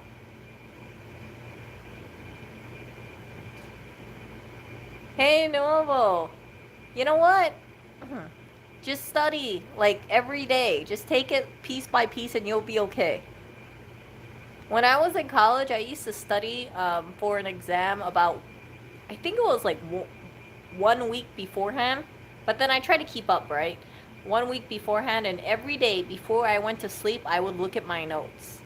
So that would be like one of the last things I would see would be my notes. And the weird thing is that when I woke up, I would remember what I saw in my notes. So that really helped me out. And by the time I got done with my finals, I was, you know, well rested and definitely prepared. What the hell is this picture? How much do you remember today from college? Frick, very little. I think my college was kind of, you know, when I think back on college, I don't remember much. I hate to say it that way, but I really don't remember. What the hell is this? What is these weird photos you're posting of me? Can you put the flattering photos of me, please? No, not that one. That looks terrible. Jeez, people are gonna look at that and be like, man, what the hell is that? He always picks like the worst freaking pictures of me. It's like when I'm eating or when I'm like mid chewing or something or mid expression. It makes me look wonky. Yeah, I don't know why he does that. I would never post an unflattering photo of him, but he feels very comfortable posting all these terrible photos of me. It's very flattering, girl. Huh? Very flattering? To who? Not flattering to me, that's for sure. If I saw that picture floating around on Facebook or something, I'd be like, oh.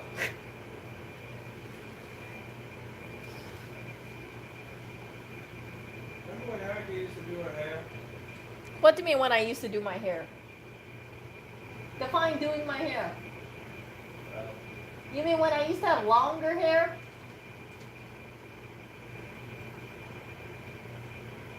Erica used to try to impress me by being presentable. I am presentable. And then she went full Italian wife on me.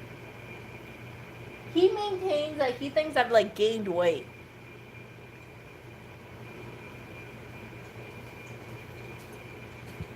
If you listen to the way he speaks about me, you think I'm like, you know, triple my weight or something.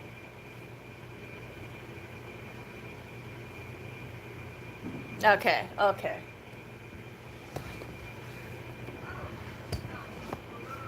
What do you mean how I look like when I try to impress you? That? That photo? Okay, wait up a second. Okay, look. Look. Okay. I look like a normal person right now. See? I don't look like, hold on. Let me turn lighting.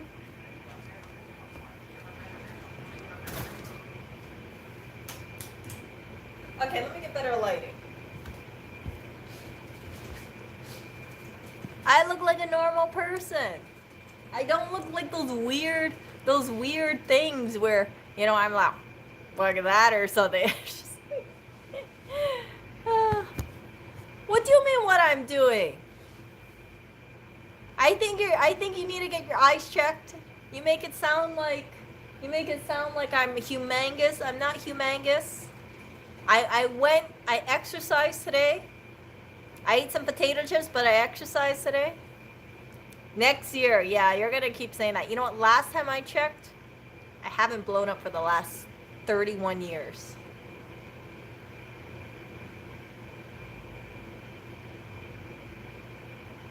Lewis, I hope you can lift 299 pounds next year then.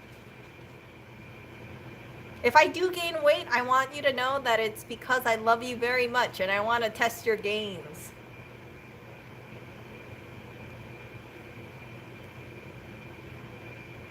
Someone shipped Lewis a doghouse. Oh, he's not going to need a doghouse. He's...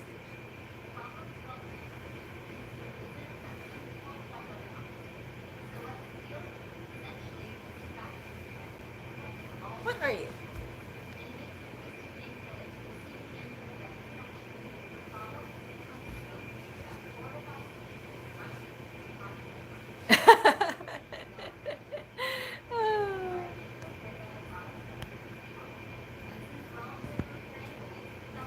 Erica becomes more challenging. Oh no, that's not going to be my thing. Next stream is going to be Erica wonders where Lewis's gains went. How's your gains? Yep. He was telling me. He said that if I wear my fake pearl earrings, the ones that I was showing you guys, he said if I wear that, then there's a chance that I could get robbed. And I said, well, if you're with me, right, I shouldn't get robbed, right? And he was like, he was telling me that he thought I would get robbed. And I said, well, wait, hold on a second. You took some martial arts classes. Shouldn't you be able to defend me, right? Shouldn't you be able to defend me if you went to all those lessons? And he's like, Erica, I haven't practiced in 2 months. Yep. So his defense is he cannot protect me because he hasn't gone to his martial arts lessons in 2 months. 2 or 3 months, whenever the lockdown happened. And I'm thinking, oh, all those martial arts lessons must have gone out the window. Out the window. So,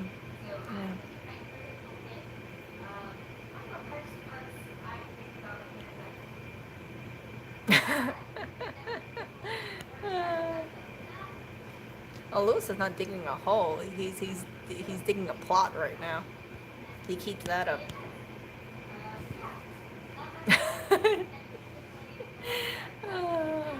I should get martial arts lessons for myself. I don't know how I feel about that. I'm more like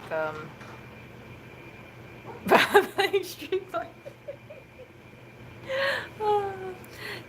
Yeah, Dota is not considered cardio either, despite you guys going back and forth and back and forth. Yeah. He would get robbed. No, I don't think he would get robbed. He's kind of I don't think anybody would rob him. I don't think so. I have a much higher chance of getting robbed, but you want to know something? You want to know the best way how to, especially during this time. Oh, hold on. I'm gonna clean this thing. Okay, I think that looks a little better. A little clearer, right? Okay, so I think the best way, if you feel like you are in danger and someone might rob you in this time, this is what you do, okay? This is what I did. I was in the subway walking by myself, and I think it was about 9 o'clock at night.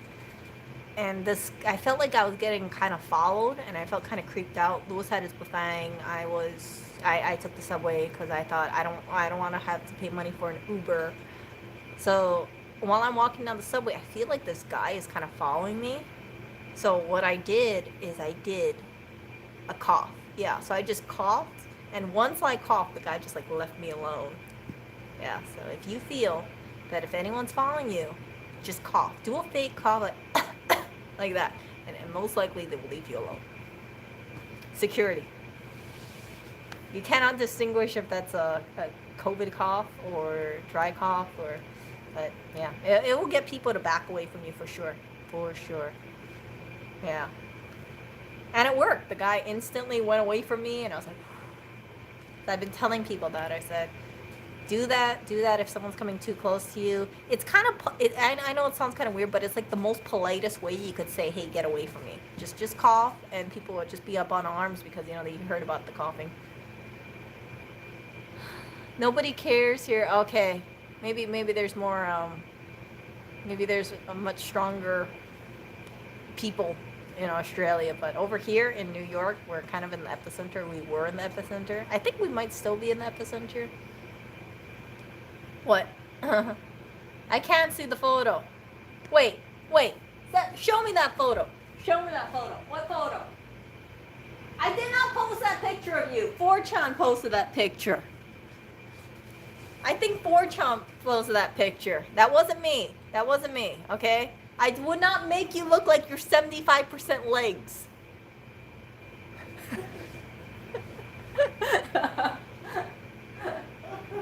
What?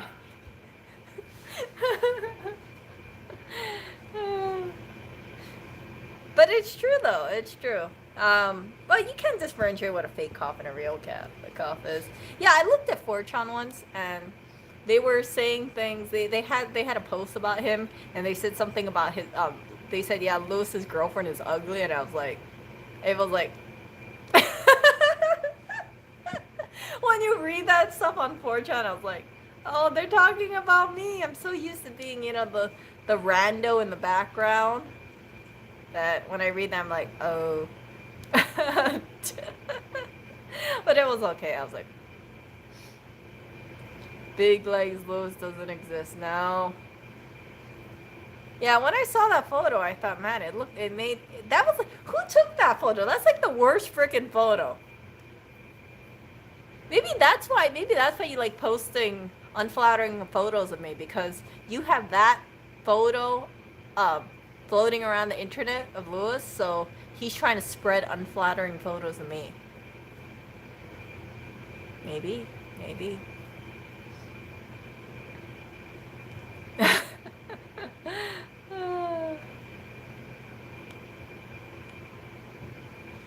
The way I keep from getting robbed from my bag is carrying extra big bag no one's carrying. No, you know what you should do, Amber? You should carry a crossbody on you. You know those crossbody ones? That's what I do. I wear a crossbody La Sport Sac. And someone was telling me before I moved to New York, they said, yeah, you can tell who the tourist is in New York because tourists would have a handbag. If you wear a crossbody, it's going to be so much harder to rob you because they have to like pull your torso. I guarantee you that it's going to be like nobody wants to fight someone with a crossbody. They would be less apprehensive. They would be more apprehensive of doing that.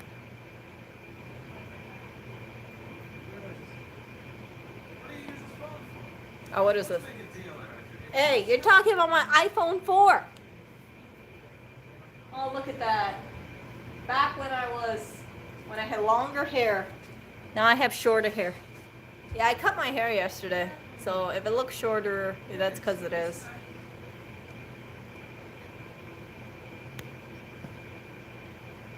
Now, it doesn't have to be strong. You just, as long as you have a crossbody, how are you going to take it off? You have to knock that person over and then get it over the head.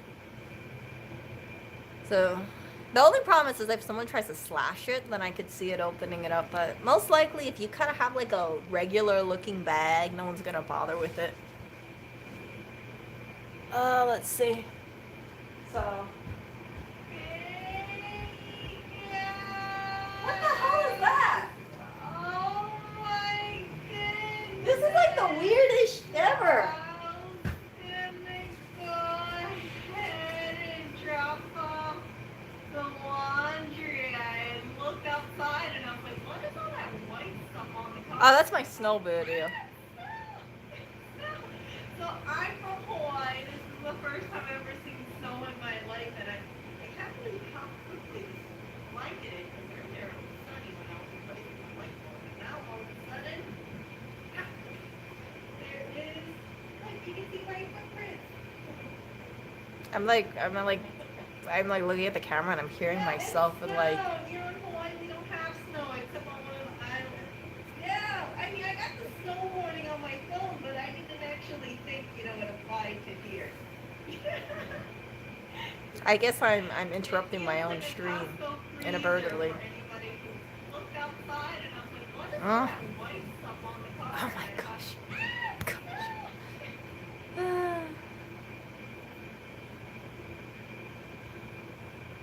Yeah, you talking about slash resistant? Yeah, I don't bother with that. I just have my Le Sports Axe BBs. You can buy these probably about $10 shipped used on websites like Mercari or eBay or things like that. But I can fit a water bottle in here, so this is my crossbody. And if it gets dirty, just throw it in the washing machine. You could just, these things will never break. I've never had a Le Sports Axe break on me for over 10 years. They basically look almost brand new.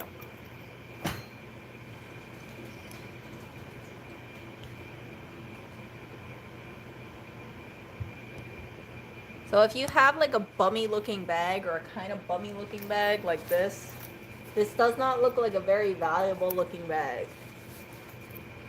Because it isn't. So I think the chances of getting robbed is a lot less carrying something like this, see, than a leather looking bag or, a nice brand new bag. So I've kind of reached that point in my life where I focus more on how easy it is for me to wash. Do I have to maintain it? And if it's easy to maintain, it's lightweight, and the price is right, ideally, cheap, not expensive, then I like it.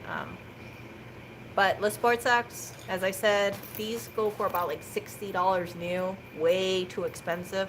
Buy them used. Buy them used. Buy them pre-owned.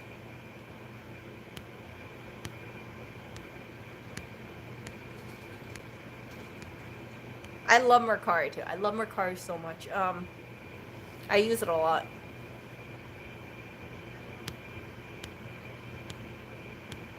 It looks like a bag full of cheap toiletries. And you know what? I don't mind it because I rather have a bag that I can just drop on the ground, or if it falls on the pavement, I don't have to worry about getting it scratched. Like, I had a see, this is my wallet right here. It's leather. I bought it pre-owned. It was only 20 bucks. But the thing I don't like about this wallet is you can scratch it, and then I also have to think about leather maintenance, right? Leather conditioner, things like that. In hindsight, was this a good purchase? I like it, but the only downside is I have to worry about it getting scratched, and I have my keys inside. So I don't really use that anymore. I just have I just carry a credit card with me, and that's it. Oh yeah, function over form. Yeah.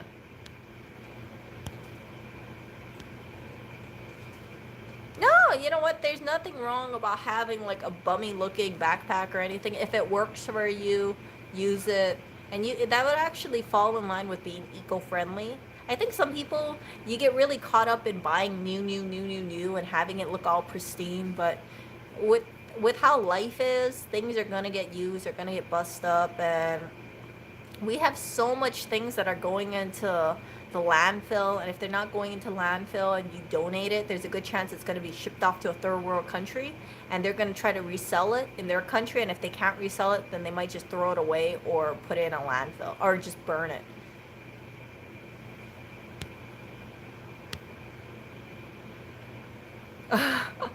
No, I don't want to have a heavy metal plate on the bottom. I rather have a light bag, because having a light bag, it doesn't feel so heavy on me. I used to carry really big handbags, like those. You remember back in like maybe like early 2000s, you would see like women, or you still see it, not so much anymore, but you see tiny women with huge handbags, and it'd be like everything a woman could have in those handbags. I used to be one of those women. My handbags used to have, like, of course, like the water bottle. I would have water bottle, hand lotion, mosquito medicine, chapsticks, hand sanitizer, you know, tissue, napkins. I had like a whole bunch of stuff in my bag. It was just kind of crazy. I know it doesn't sound very heavy, but I used to carry a lot of stuff in my bag. It used to weigh my bag down, and now I have basic stuff like keys, water bottle sometimes. I don't even include my water bottle most of the time, but it's just mostly keys, phone, credit card, chapstick. That's it. That's all I carry in my bag. It's not much. And I like it that way. I really do. I yeah. I think, you know, when I think about consumerism, you have people who say, you should buy new stuff, always buy new stuff and everything, or if you want to buy something, just go in a store and buy it. I'm a big believer that if you can, buy it secondhand, buy it pre-owned. And the reason why I say that is people who are selling their stuff, typically they're doing it because, you know, they want to make a few extra bucks. And if there's something that I want and I can help someone by giving them a few extra bucks and I get a discount on it, like for a handbag, for instance, then I see nothing wrong with it. I'm reducing the amount of stuff that goes into a landfill. I'm saving money. It's a form of recycling, right? Because that person is giving me their hand-me-down, and I can go ahead and use it for a number of years. I think, like I said, I think this bag is going to last me over 10 years. I will be surprised if this bag breaks in 10 years. I don't expect it to. And I think this bag was only $8 shipped, I think. This one, I bought it with another bag and it was $10, so this bag was $5.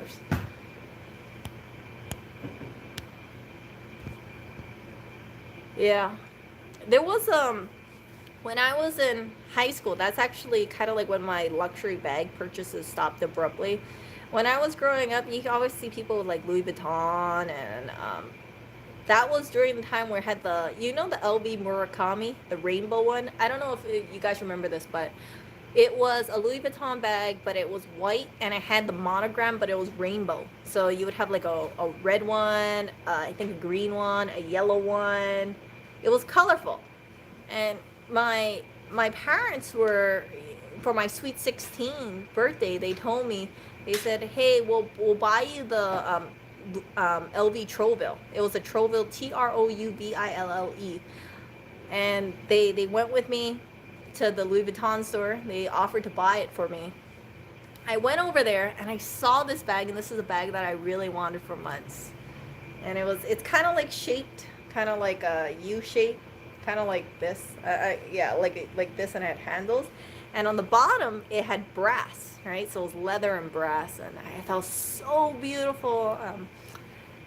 So I spoke to the associate, and I asked them, I said, hey, so, you know, what's the metal on the feet? And they told me it was brass, and I said, oh, would it be shiny forever? Because I was just curious, right? I was a 16-year-old girl. I wasn't that, I didn't know anything about bag maintenance. I hadn't maintained a bag, but I just was curious, like, will the brass be shiny forever? And they said, no, you have to polish it. They said something like, I have to polish it or I have to maintain it.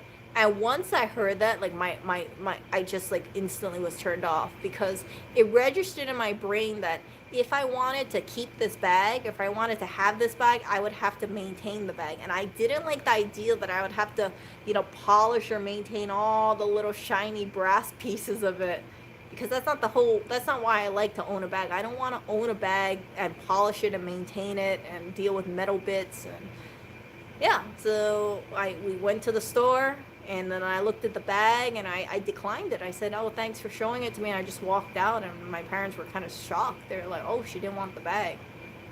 To this day, when I look at the bag, I think it is still a pretty bag, but I don't want the bag, even now. Yeah. It's because I don't want to feel like the bag owns me. Some people really like maintaining and conditioning their bags, but if you have like a lot of leather bags, it just becomes a pain in the butt. Even the cheap ones, like in Hawaii, I have a bunch of leather bags, and every year I have to think about, conditioning the bag and putting the moisturizer, the step one moisturizer, and then cleaning it in the conditioner. It's just like buffing it out. Yeah, I don't want to deal with it anymore. So the sports sack is the way to go. Some people might say, Erica, just get a more expensive bag. Why don't you buy a nice leather bag or something? Buy something prettier. I don't want the bag owning me. I just want to use the bag, hold my keys, hold my wallet, hold my chapstick, and get out of the door. That's it.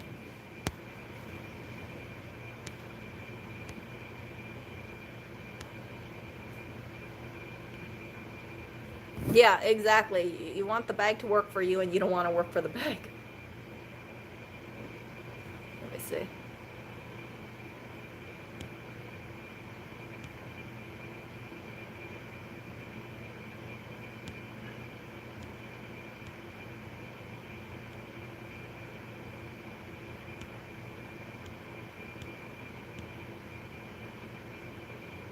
Oh, yeah, it was just random. Sometimes I have good thumbnails, sometimes I don't have good thumbnails. That was just like what YouTube picked.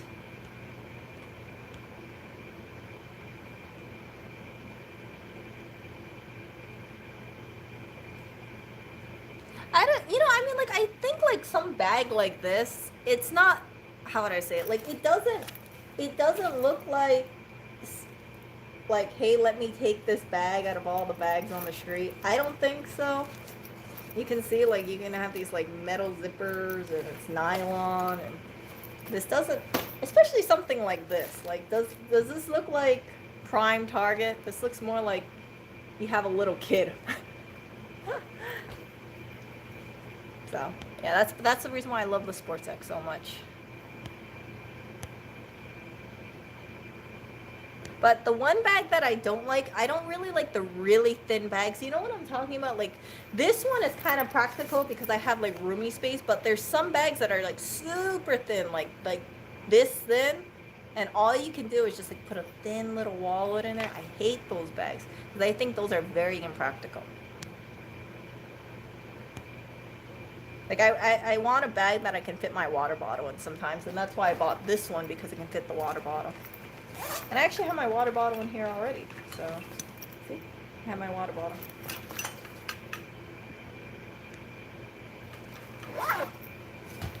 Now, I think if you have a backpack and it can last you like many years, good on you. You know, that's the whole point of a backpack. You want it to be durable.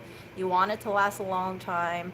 I used to be one of those people who thought, oh, I need to have a new bag because if I have a bag too long, it makes me look bummy and things like that. I realized looking back, I cared more about what people thought about than actual like myself. You see what I'm saying? Like me having a new bag, I shouldn't go out and try to impress people. I want to impress myself, if anything.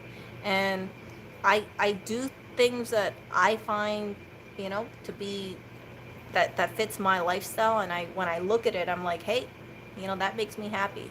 Having a bag that is durable and lightweight and easy to wash makes me happy. I don't need to have like the Prada bag or the luxury bag or things like that. I mean, I could have one if I wanted to, but it's I don't like it. And leather bags are heavy too. Leather bags are heavy, so yeah, I don't want that.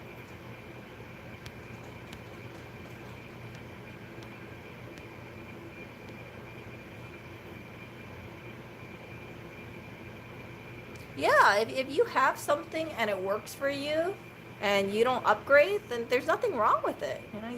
You're being eco-friendly. You're being eco-friendly. That's the way I see it.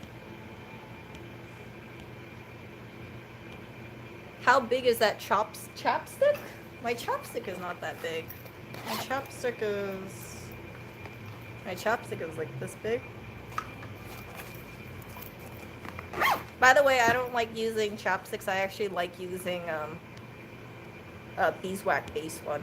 I make my own chopstick, but for that one I didn't have a chopstick, so I bought one at the store. Yeah, some people, they have like really old leather wallets, and I think that's a great thing. I know family members who have like wallets that are like 30 years old. I'm like, jeez.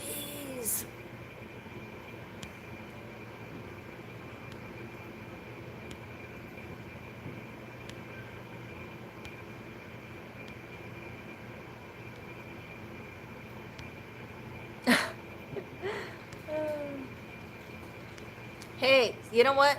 Sailor Moon is awesome. I grew up watching Sailor Moon. I really like Sailor Mars. You know, Ray. She's my favorite Sailor Scout. I love her so much. But I like Serena too. I think everybody likes Sailor Moon. Free is the best price. Well, I'll use it forever. Yeah, free is a really good price. Free is a. But the problem with free is sometimes it's tempting to just collect more if it's free.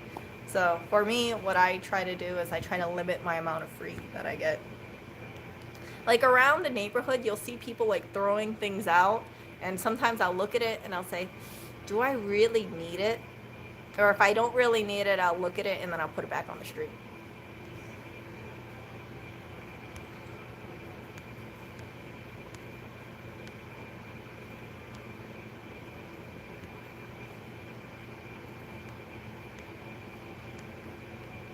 Yeah, chapsticks only come in one size. Hey, Copez. Yes.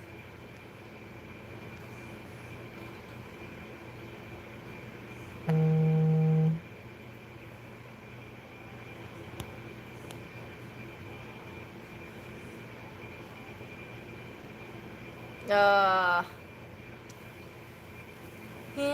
let's see. Yeah, so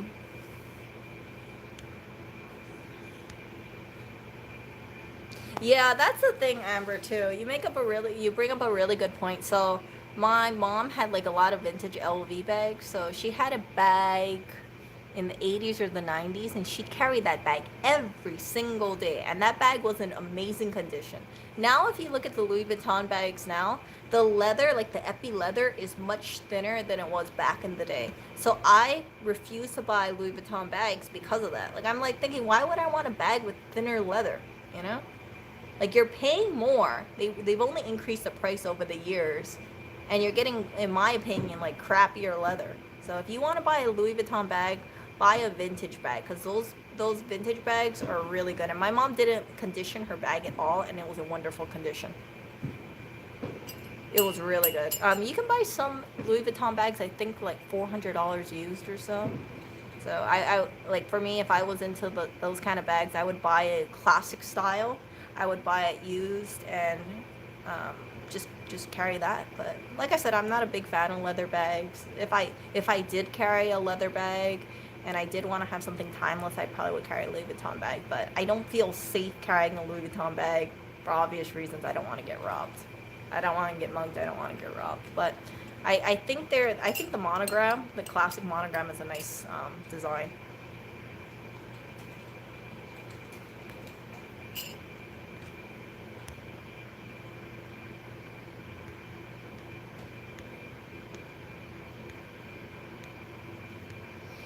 I think the brand name thing is just because you like the pattern, you like the print.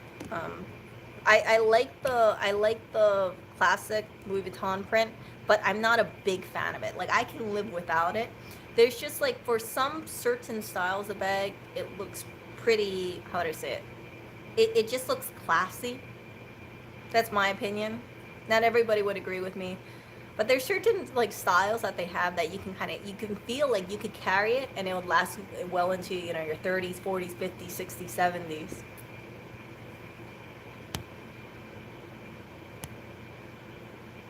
But if you do buy a bag, buy ideally a vintage bag. Don't buy some of this like new, like a new leather bag. I question how durable it's going to be over the years. I think that the quality of leather has decreased for a lot of places.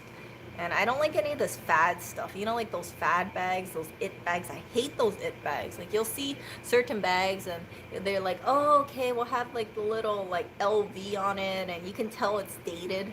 And when I say dated, like if it's like a bright red bag with gold on it, most likely you're not going to carry that same bright red and gold bag when you're 70. But if you have something like a classic monogram print, that's more timeless. So I alluded to it earlier. I have like some fake vintage shell. Fake vintage pearl, and I think that's going to be something that I want to incorporate for my look, moving into the future. I've been looking into it a lot, and I want to actually make this a separate stream, but I probably will touch on onto this stream. I don't feel like most people who are watching will watch my whole, 3-hour video or so. But I've been looking into, having some accessories. I'm not really an accessory person at all, but, in the event that I want to have buy something, I want it to last with me through my lifetime. I want classic pieces that as I get older, I won't feel hesitant about wearing them because I think like, oh, this makes me look like one, in my, in 2000, 2005 style versus, whatever that year is. So the pieces that I want to collect are pieces that I feel like I can grow with them. And when I look at them, I can say, I feel comfortable wearing this at that certain point of my life. What I've decided is I want to buy things that I felt it wouldn't be so toxic to the earth. So and when you deal with like gemstones or diamonds, it's very invasive on the planet. And I'm not talking about the lab created ones. The lab created ones are fine, but you look at it and I'm like, oh, I don't know how I feel about lab created stuff. Spending that kind of money just on one piece. I don't know if I'm gonna love it for the rest of my life. I feel a lot more comfortable buying pre-owned stuff because it's cheap. If I don't like it, I just, I can just, donate it. I don't think I'm gonna resell it, but most likely I'll just donate it or give it to someone. But what I've decided is I want to get pearls. I want to get either secondhand pearls, either real or fake. In the 50s, I found out in the 50s and 60s, you know how you saw a lot of women wearing pearls in the photos? A lot of them were actually fake. So Jackie Kennedy was wearing fake pearls for some of her pictures. Barbara Bush, when you saw Barbara Bush wearing those like 3 strands of pearls or so, those were fake pearls. Yeah, she wore fake pearls and she wasn't afraid of saying that they were fake. And I thought about it and I thought, man, those are very classic pieces, and if someone thinks that I look uppity wearing them, then that's on them. But yeah, that's what I'm thinking. So maybe in the future, if you see me on stream or if you see me around, you might see me with like, pearl looking earrings or pearl looking necklace or bracelet. That's just because like those pieces, I'm hoping that I can, wear them as I grow older, and those can be hopefully pieces that I can just keep using over and over and over. We'll see how it goes. We'll see how it goes. Oh, the cup? This is actually from Jessa. Jessa gave Lewis this cup. And I thought it was so cute. Look at that. It says, I love grandma. It's from Atlantic City, New Jersey. I love this cup. Whenever I see it, it always makes me smile.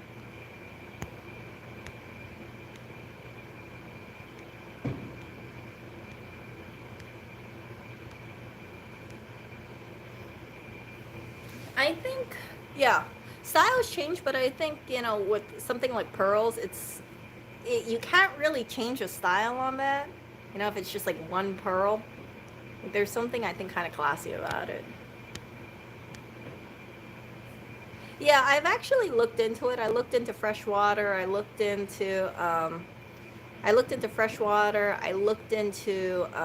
There's one called like Majorca. I looked into that too.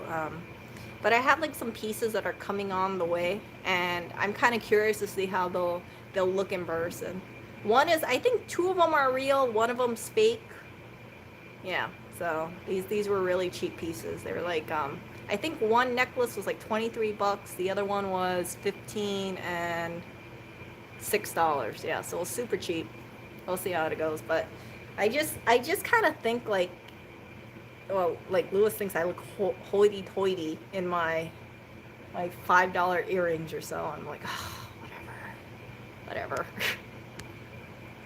Yeah, I agree. If you look at like a fake pearl nowadays, like in the stores, they look very fake. You can tell what a fake pearl is if you look at it, because it'll have the same look all around. Like if they're all like the same size pearl. Now, I'm not, if it's a real pearl, it could be the same size. That's how expensive pearls are.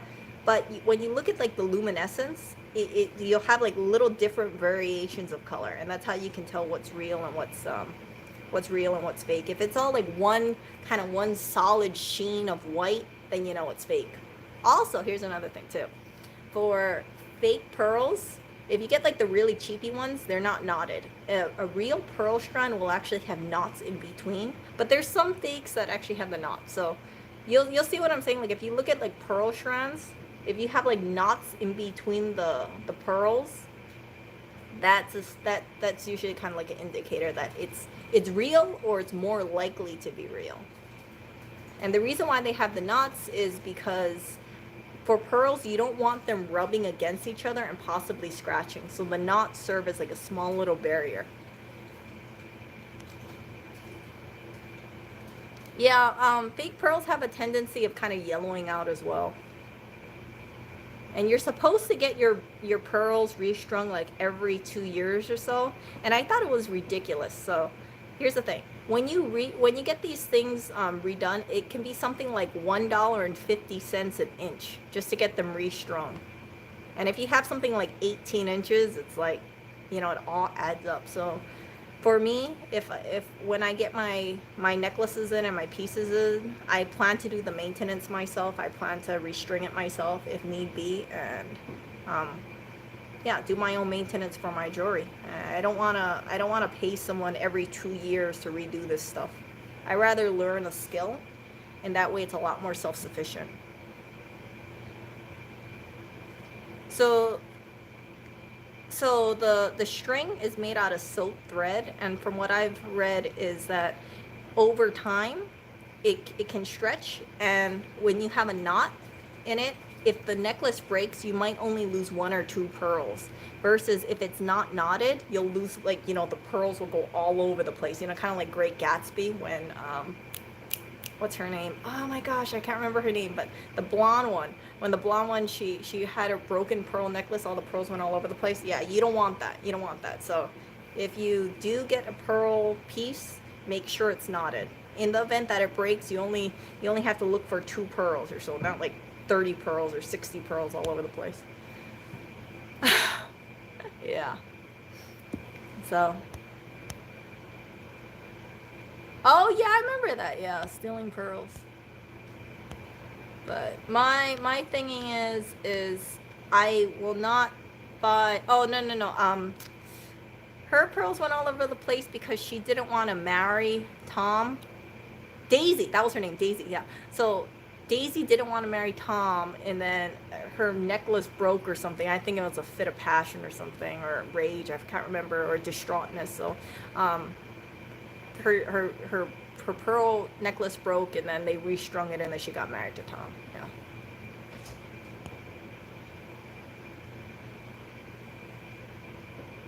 Yeah. So that is the indicator for pearl necklaces. If you don't have it knotted in between, then it's a much higher chance of it being fake. But there are lesser, inferior quality pearls that aren't knotted because it's extra work, right? It's extra work. So you just got to look for a pearl. Like if it has discrepancies on it, if it's not all one solid shape, then there's a higher chance of it being real.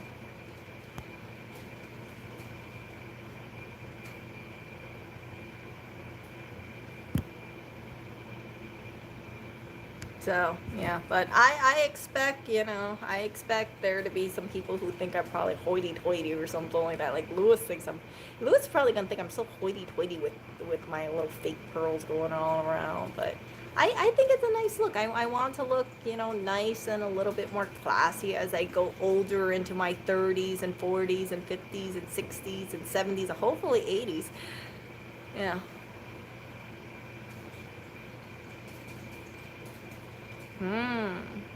Oh my God. Yeah. Yeah, so, and I think that's a good piece. Like if I could invest in like what I perceive to be like basic pieces, and if I can just wear something like, a black t-shirt and it look good, like a black t-shirt or a white t-shirt, I feel like in the long run I'll save money. just thinking here, just thinking here. In the long run, I will save money because I'll have pieces that I can carry with me through the years, and I can wear very basic pieces, and it'll look nice. I don't have to think about buying all this clothing. I just have my pieces stand out, and yeah. No, I mean there's some pearls that actually do look quite realistic, and I think when people look at pearls, they won't necessarily automatically think they're fake. Yeah, but I have no problem with fake pearls at all. Some people probably would think like, oh, don't say that, don't say if you have fake pearls or anything. But um, if it looks good and if it gets the job done, I don't see anything wrong with it. I mean, as long as they don't look like they're really fake pearls, like from a children's play set or something, then I think that's fine. Yeah, they say like fake pearls can yellow out over time, but there's kind of like debatable if it was yellowing it out because of people were using hairspray. Back in the day, people used a lot of hairspray, so that possibly could be a reason. But yeah, and then if it's not knotted or if it's a fake pearl, there is a chance that the coating can flake off or it gets scratched up. Wear and tear. A real pearl, you won't have like that coating scratched up or so, from what I've been hearing. Yeah, real pearls are not always pure white. Yeah, they have like all sorts of pearls. They have cream color, they have golden color. I think the prettiest pearl is the golden South Sea pearl, but that is a lot of money. And yeah, it's like a golden color. Yeah, but yeah, that those can be very, very expensive. I'm not too hopeful about securing a pair on that, but who knows, maybe one day in the future. But I tell you this, I will not buy a strand of pearls new for sure. I would only want to buy it pre-owned for sure.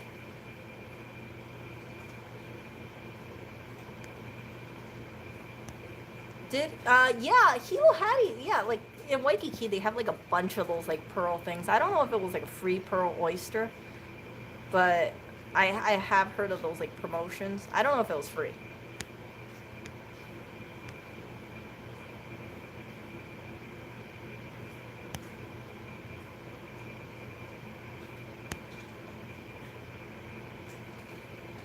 Oh, ask Lewis to buy? No, well, he technically, I don't need to buy it as Lewis. Lewis would not be able to buy jewelry for me for sure. If there's like a piece I want, then I could, just get it myself. I mean, I wouldn't ask him to go into like a store and buy it for me. Definitely not at a jewelry store, because jewelry stores are so pricey.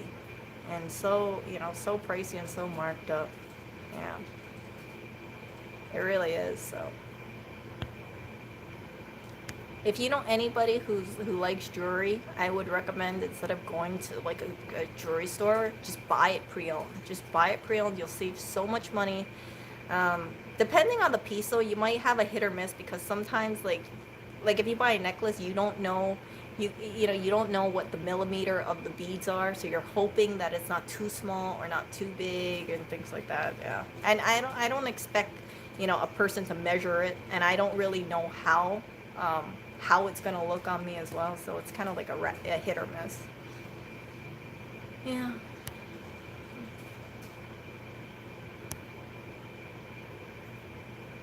But yeah, I think the good thing about pearls is that whenever I think about pearls, I think that pearls are made inside of an oyster, right? So I think that it's beautiful. It's something beautiful that's from the inside.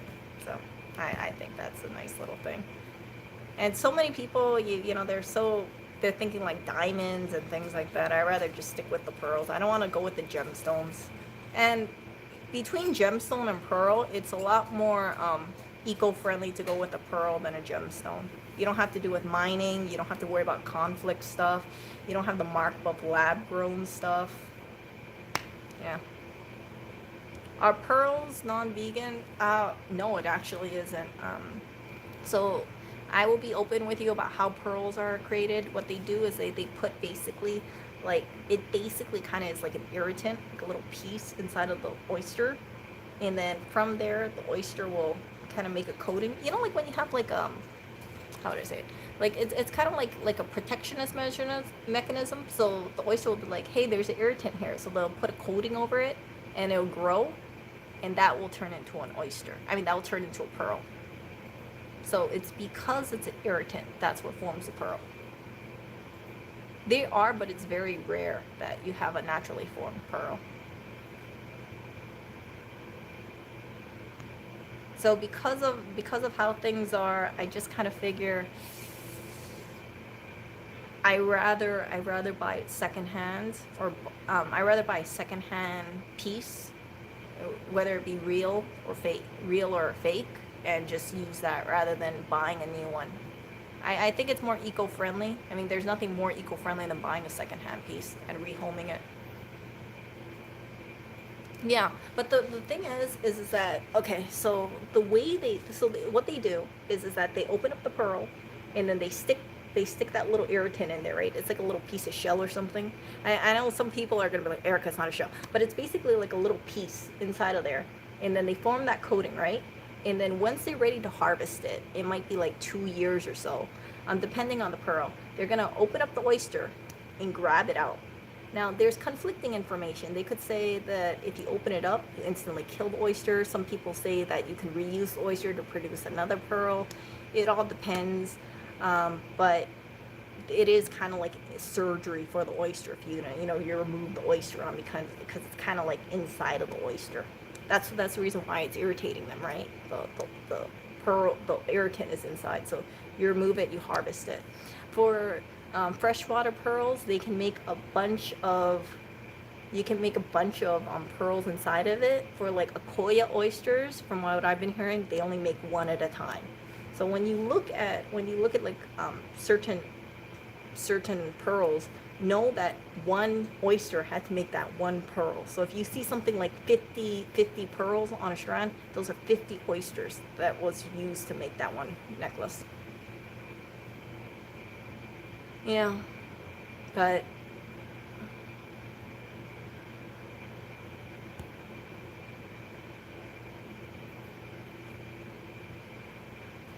let's see, symptom of clam shells. Yeah, but I mean, like, it's not natural for oysters and clams to have those kind of irritants all the time. I mean, you got to think about the demand too, right? Think about the demand of how many people want pearls, and how many clams or oysters would naturally produce it. Naturally produces a small percentage. That's why for these like these pearl farms, they will just do it themselves.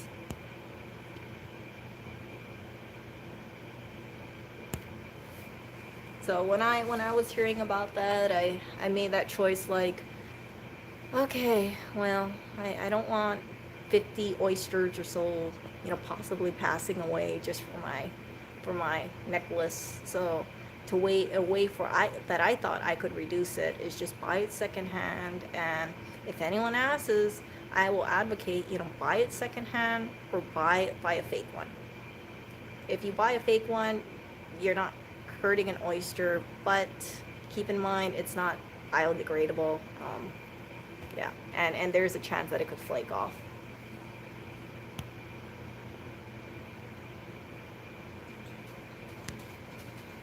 Yeah, so, and then the way I think about it is, if I do have a real pearl necklace, I don't have to deal with the flaking. I can give it to someone in the future if I could resell it. But if I'm getting it for such like a low price, I don't anticipate selling it. I don't really resell any of my stuff anyway. So yeah.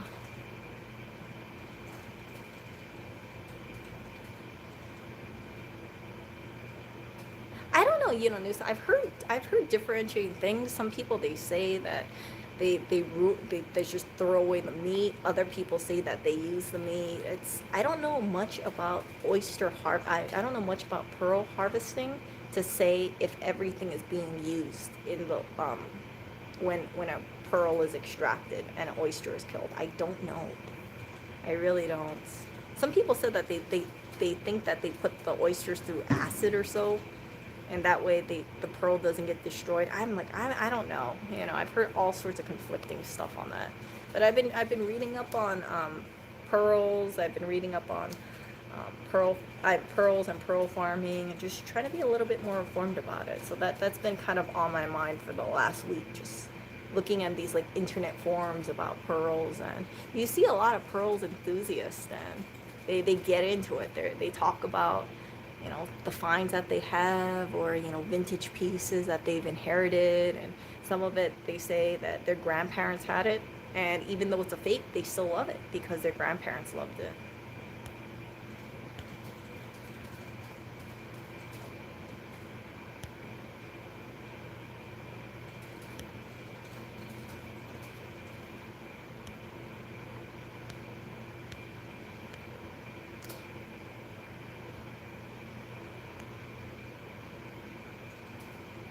Oh, see you, Gabriel. Yeah, do I have? Oh yeah, I have my Wi-Fi on right now, but yeah. Yeah, if it's a freshwater pearl, they can make a whole crap load of pearls inside of one little oyster. But you know what's? I've also read that, you know, Chinese freshwater pearls have really hit the pearl market hard because the way that they they sell their pearls, or the way that they are able to produce so many pearls at such a cheap price that it kind of it hurts other countries and how they harvest pearls. Like they can't get as high as prices they used to because the Chinese came in and they just kind of whacked in there with all their pearls, you know. I don't know the difference between like, I'm not a pearl connoisseur at all. But there's, you know, some people they say like if you have like a Chinese freshwater pearl versus like a South Sea pearl or some other pearl, it's like I can't really tell the difference. Like obviously when it comes to like Tahitian pearls, I can tell the difference between that because it's like a shiny, glossy, black, purpley green pearl. But when it comes to these freshwater pearls, if there's like a premium grade, I can't tell the difference between that and like a higher grade pearl. I just can't. Like, I can't see it.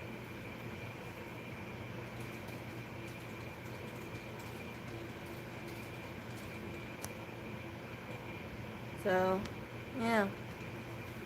But I think that, you know, in this day and age, people if they want to buy a piece and they can get it at a cheaper price, then there's nothing wrong with buying like a cheaper grade of pearl, like going with the freshwater pearl or going with the fake pearl. As long as it makes you happy, that's all that matters. Like I said, for me, I don't plan on reselling like any of my pearls. I would just keep it or just donate it most likely, and that's it.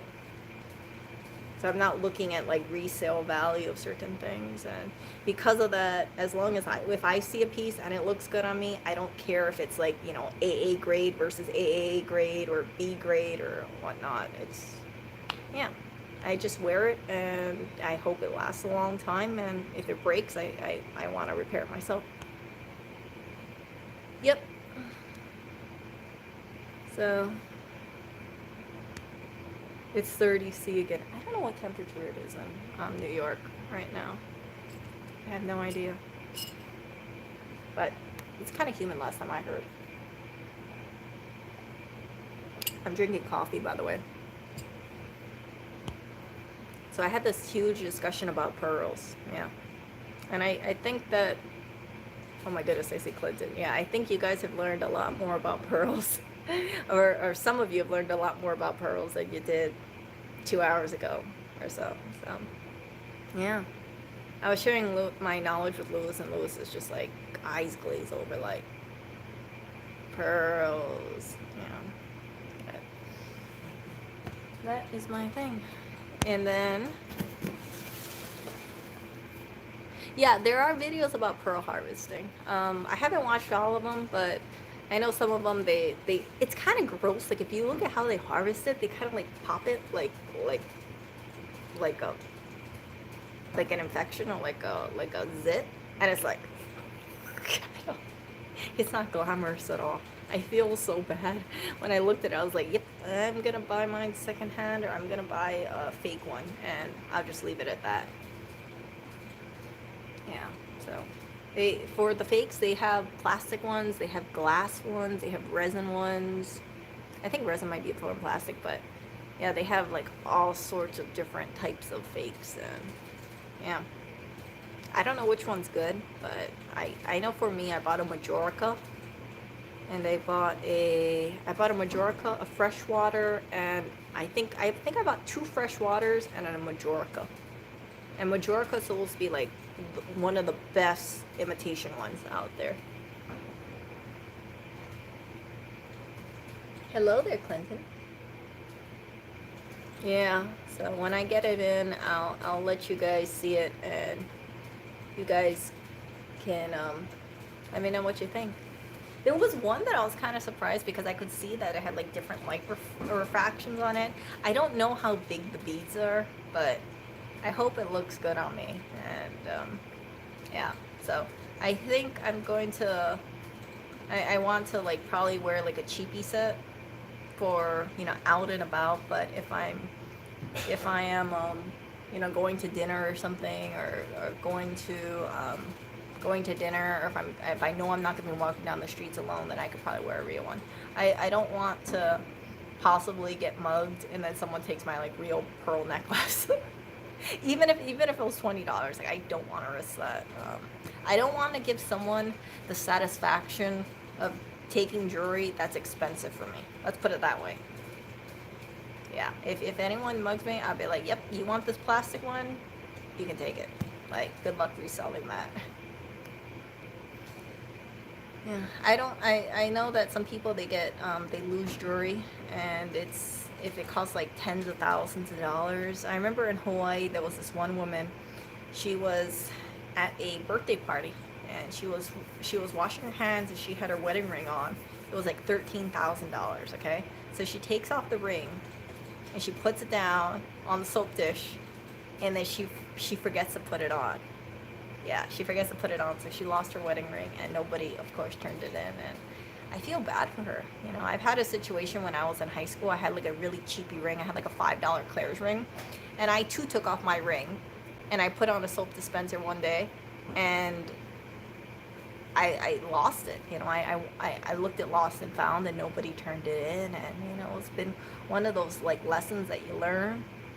If you have jewelry, expensive jewelry, don't take it off. Don't take it off if you're washing your hands. Get one of those like I forgot what you call them, like security rings. You know what I'm talking about? Like you have their expensive ring and then you have like a band on top, so that way it prevents the expensive ring of just slipping off. Yeah, but I think the more practical thing is don't get expensive jewelry. Don't get expensive jewelry. If you get expensive jewelry, there's always a chance you're gonna lose it. Someone might steal it. And if they steal it, don't give someone the satisfaction of taking like a piece that's worth thousands of dollars.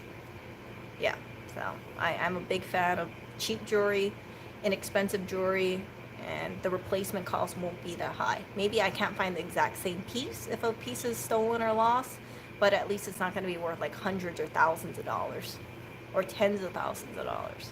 Some women out there, they have rings that are over $10,000. I think it's crazy. I know some people they like having those expensive jewelry, but for me, I don't like having that pressure. I wouldn't want to have that pressure of having a piece so expensive, and then in the event that you lose it, you feel like you just threw like thousands of dollars out the window. Yeah, that's my take on it. If it's really cheap and you can get a replacement, then that's much better. You can hear the fireworks going on.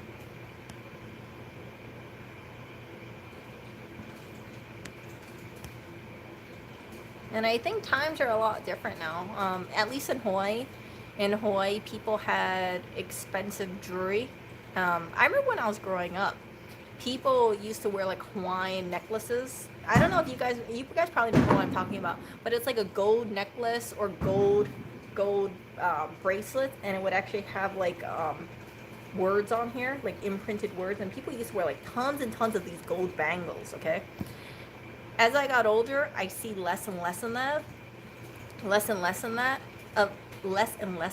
now, and I think it's sad when people have jewelry and instead of wearing it, which is the intended reason for it, they say it's much better to just put the jewelry in a jewelry box and never take it out. I don't want to be one of those people who have expensive pieces and they never ever wear it, because I think it's a waste. You know, every time, like every piece that I have, I try to think of cost per use, and I have some pieces that, or some clothes that the cost per use is something like $80 because I've only worn it once, and I don't want to spend that money on jewelry and then only wear it once. Or you get what I'm saying? I'm not a big fan of that. I'm not a big fan of, you know, pieces that are really expensive and then you just keep it in a safety deposit box. It's doing a disservice to it. I think it's just, yeah, it's not a good thing to do. I think on Etsy there are people who remake old jewelry. Yeah, I've heard about those people. Wear it to bed. Oh goodness, I don't know about that. I guess, but it depends. You know, you don't want to be rolling around with expensive jewelry. Yeah, and then you have to deal with all these. Yeah, I don't know. I don't know about that.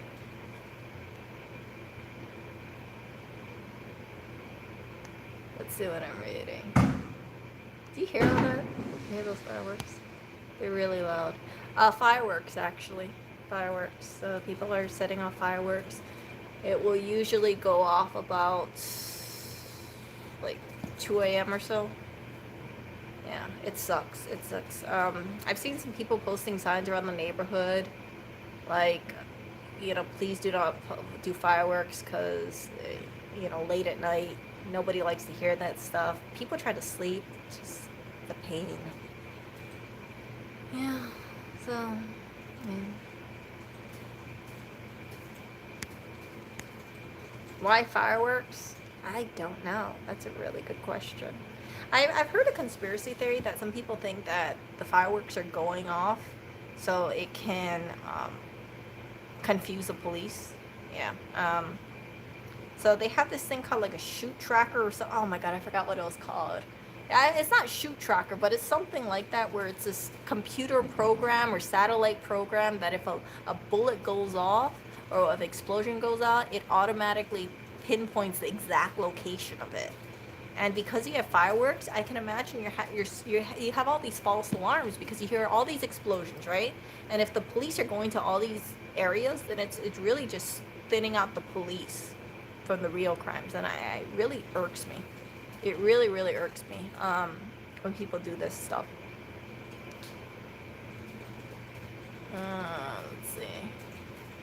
Yeah, Copas, do you know the exact name of it? I don't remember what the exact name of it. It wasn't like, it's not shoot tracker, but there's an exact name for it. And I can't remember off the top of my head what it was, but yeah, there's something up there, for lack of a better word. But if you guys Google it, you'll find it. I know Hawaii doesn't have that stuff. Oh. Look who is here. Hello there. Hello there, Blackberry. I haven't heard any... I take that back. I did hear some of her weird meows today. Shot spotter. That was it. Thank you. Thank you. Thank you. Thank you.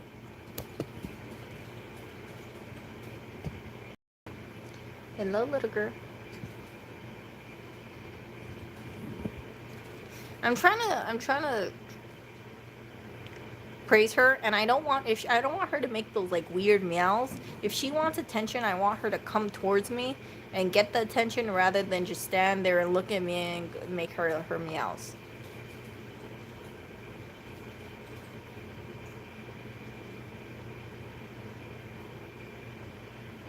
So she comes up to me, I'll give her head rubs.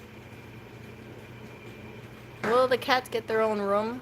I don't know how I feel about that, to be honest with you. And then I had to start flipping furniture, which kind of sucks.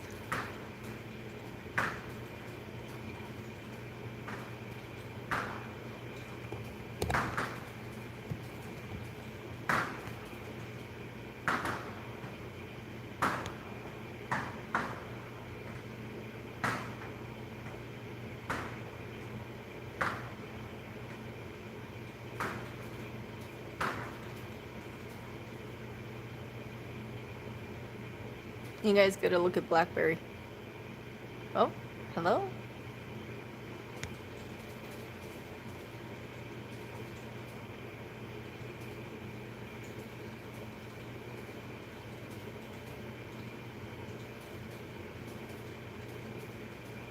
Come on, sweetie. Good kitty.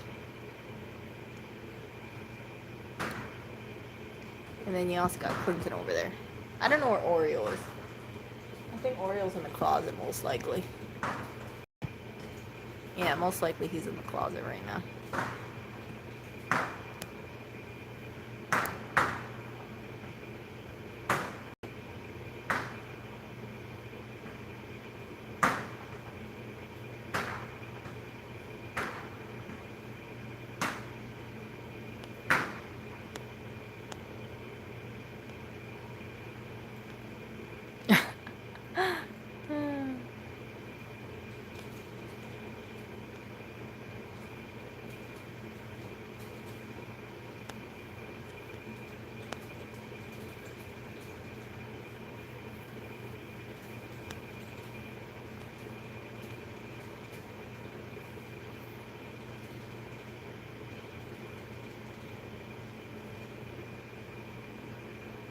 Oreo. No, it's not Oreo's butt misfiring.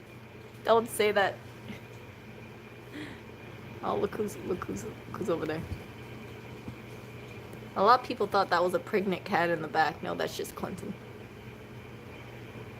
It always cracks me up whenever people say like, "Oh, look, look, it's a pregnant cat." No, that is definitely a boy right there. That's just a boy with a big tummy.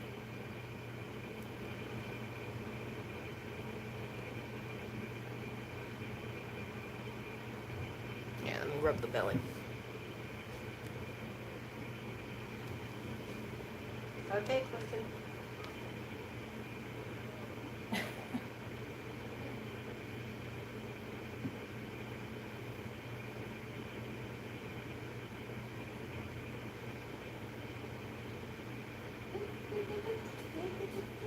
Can I rub you on the belly?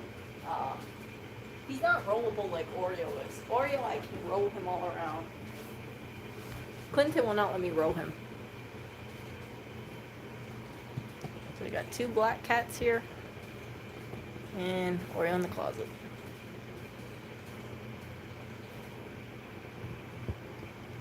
Oh, there's the cat and the mouse again.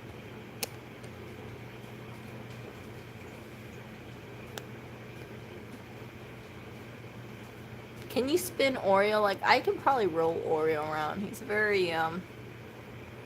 very chill cat. On the floorboards? I don't know about that. I might be pushing it. Oh. Look what came in. I gotta try this, actually. This is my new protein powder. I don't know how it tastes, but some people said it tastes like a milkshake.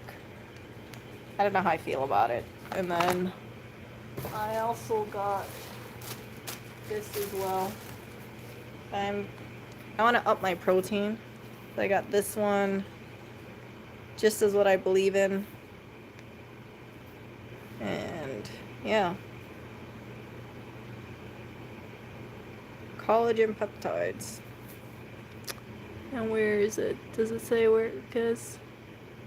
Oh, it just says that. You know, to be honest with you, a collagen peptide, I don't really get it, but all I know is it's a hair, skin, nail, and joint supplement. So I'm planning to take this with this, and hopefully I get swole. Nah, I just want to up my protein. If I don't take enough protein, I feel like I'm wasting away. So I want to up my protein. And we'll see. We'll see if it makes my hair, skin, and nails grow better. And not only that, you guys might have remembered that I also said I bought this fermented cod liver oil. So you can see I'm trying to up my protein, up my nutrition game. See how it is. Yeah. Does it say over here what this is? Yeah, so joint, muscle, hair and nails, and radiant skin.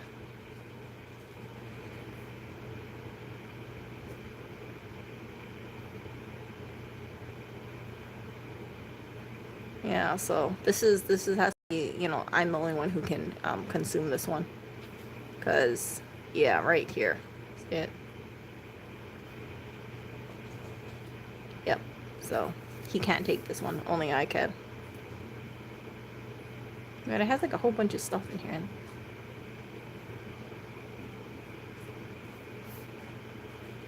And then here's the egg protein. I don't like how freaking tiny this bag is. And look at this wording. It says it's designer protein. Whoop. You can shake, bake, blend.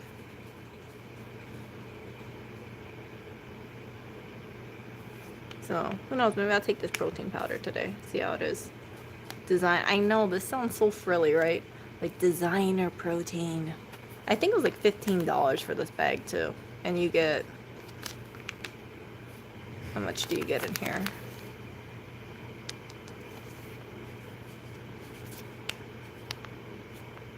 You only get freaking 11 servings. 11 protein shakes. It's freaking expensive. But I wanted to try it. I don't like, I haven't tried a vegan protein powder that I really like the taste of, and then I also don't like wheat protein very much. So, if I don't like the vegan one, I don't like the wheat one, then I figured, let me try the egg one. Maybe I'll like the egg one a little bit more. The wheat one, for some reason, it makes me feel really heavy. I don't like it. I don't feel energized drinking it. I just feel heavy and heavy. And then the vegan one, like Orgain, Vega, that kind of stuff, it makes me, I just hate drinking it. I just don't like it. So maybe this one will be a little bit more palatable for me. Who knows? Shaky? Really? Shaky? You know, Amber, I'm gonna check that out then. I'm gonna check that out after I tried this one, and I'll let you guys know what I think about this totally egg one. I've never seen egg white and yolk protein, but that's the reason why I tried it. But this price, oh, I'm not a big fan of it. 24 grams of protein though, that's nice though. Yep.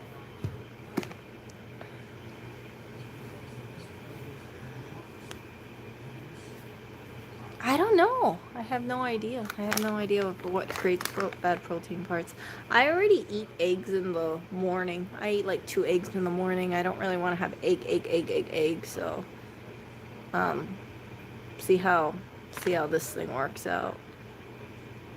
Yeah, well, there's only so much eggs I want to taste. I figure try drinking the egg. See how this is. And if you say it tastes like a milkshake or so, I'm game. I'm game. But sometimes I've heard about these protein powders. They say, oh, it tastes so good or it's so delicious. And I try it. I'm like, ugh. So, yeah. We'll see.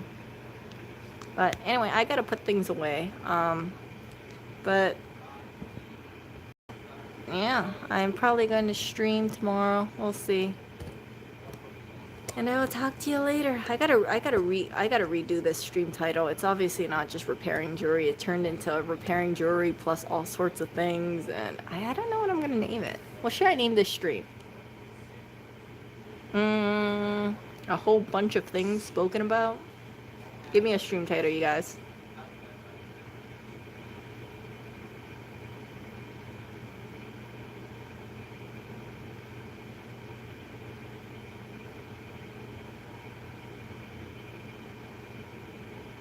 Episodes.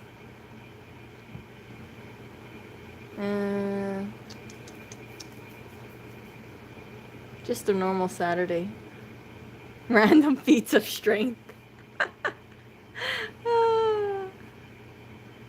Okay, I'm gonna use Outseekers. Yeah, even chit chat with friends. That's what it always turns out to. I don't know how this I think that's a problem with live streaming because I always think I'm gonna make a really short video and then I talk to you guys and I read what you guys are saying and I think it's so interesting sometimes that I'm like, oh, okay, let me read all this discussion thing and next thing I know like 3 hours passes by. And yeah, it's just one of those things where I lose track of time. Oreo oyster lifting? No. Yeah, I really should make non-stream videos, but it's not as fun. Like sometimes when I do it, I'm like, eh. But if I'm short on time, then yeah, I would just make a really short video. But you will never ever see me make one of those videos like, hey you guys, it's your girl Erica here, and if you like it, make sure you smash the like button and things like. Oh gosh, I hate that stuff. I hate that stuff so much. You know what I'm talking about.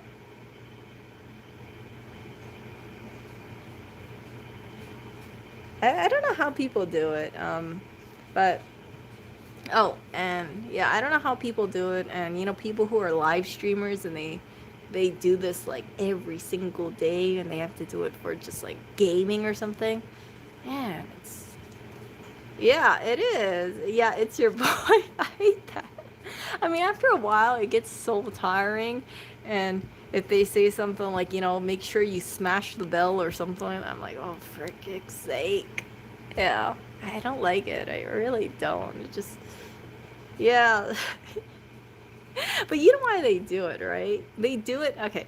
They do it because if they don't have that energy, then they feel like people won't get engaged and they won't watch long videos. That's the whole thing. Like when you watch like YouTube videos, or if you're like a content creator, they always say like keep your audience engaged and make sure you have interesting stuff to talk about. And you can even see it, like I can even see when I look at my metrics, because YouTube likes to show it in my face. They always say like audience engagement, and I think like, oh my goodness, my audience engagement is so crappy, but I'm like, whatever, I don't really care. Yeah. Oh yeah, oh secret, yeah, you're right, the notification SWAT. Yeah, those people are like the yeah, I have to think about it, like all those people who use like those really clickbaity things, or yeah, like smash the like button, ring the bell, smash the bell, um something about fam. I know that's called them something like fam something. Yeah, I've heard about that. It's like there was that one girl, if I forgot her name, and I wouldn't really want to say her name, but she recorded this video with her dog, and instead of uploading the edited video, she uploaded the one where she was like hitting her dog or spitting on her dog. And it's really something, because if you look at her previous video, she always had this like hyper energy, super hyper all the time. And you can see how different people can see on video editing, right? When you're doing video editing, you can portray yourself in a certain way, and people will only see like happy, happy, happy, or hyper, hyper, hyper. And they won't see like you getting frustrated at the camera, or you getting irked about something. It's a very controlled state of projecting the image that you want people to see. And I think I don't think it's very good for some people who try to like vlog their life, because that's not how life really is. It's not. It shouldn't always be like get hyped up. It's my new video or anything like that. So yeah. Can you imagine if all 40 of us were sitting in a room together? I have a good feeling if all 40 of us was in a room, we would have a great time. I really think that. Like, I think we would just be it would just kind of, it wouldn't just be typing, because when you're typing, obviously there's like moments that, how would I say it? Like you lose certain things, because while you're typing, like you can see the conversation move, and it's like people are slow typers and things like that. But I think if all 40 of us were in a room, it'd be great. But I don't know. I think you might have some people who just like would sit there and not say anything, because I can see there's like 39 people in watching this stream right now, and I don't see 39 people talking, so there would just be some people just listening in. I don't know, maybe Lewis is listening. Maybe he's listening. I don't know if he is.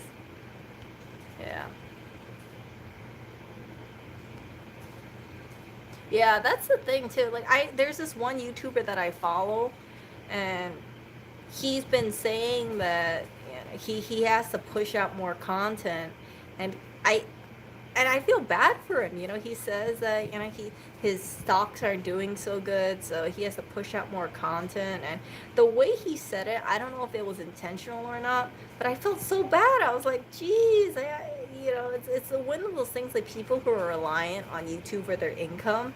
You have to think like that. Sorry. Goodness. I'm getting distracted by a cat. So again, if you guys have cats, you should really get these catnip mice, because you can see the cats are just playing with them right now. Maybe you guys caught that. Okay, so yeah, I feel bad for them because, you know, there must be like so much pressure to produce content. You know, if you have to like if you have to make all sorts of new videos all the time, and you feel like that pressure to create things that people want to see. And I see some YouTubers, and they're pretty prominent YouTubers, and like if they're fitness YouTubers, right? Like if their viewership starts going down, I think, oh, how do you change things if all you do is just talk about fitness? Like, I figure, like, maybe there's some people who are really passionate about fitness, but for me, I kind of look at it and I'm like, okay, I don't know if I really want to follow a long person like forever just talking about fitness. That's just me. But you know what I'm talking about. Like, there's so many fitness YouTubers out there, and if a person wants to make fitness as their career, I just think that they must be under so much pressure, because there's a lot of people who are talking probably about the same thing, and there's so much overlap, you know, when it comes to diets and foods to eat, and how to build muscle or how to lose weight. It's, yeah, and if they want to make that their full career, it's just like, yeah, it must be a lot of stress, but they can't let that stress show when they make videos, I imagine. They always have to just seem happy, happy, happy, and I think that would even cause more stress.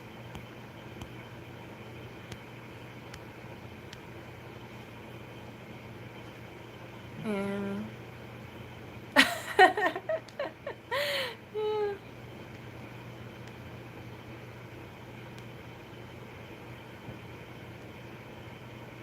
Oh yeah, smash the like button, ring the bell. Yeah, ring the bell. Yeah. Let's see.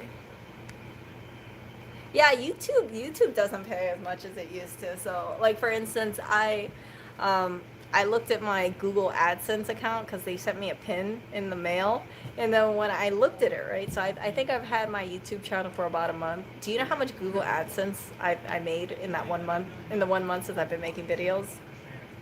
According to Google AdSense, I have made $0.00.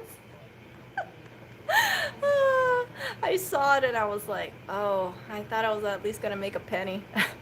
So you can imagine, like, for some of these content creators, if they're fully relying on this income, they just think to themselves like, frick, I'm not making enough money to live off of. I have to make more exciting content. I have to make more engaging content. And yeah, it can be really demoralizing for people who want to do YouTube as their living.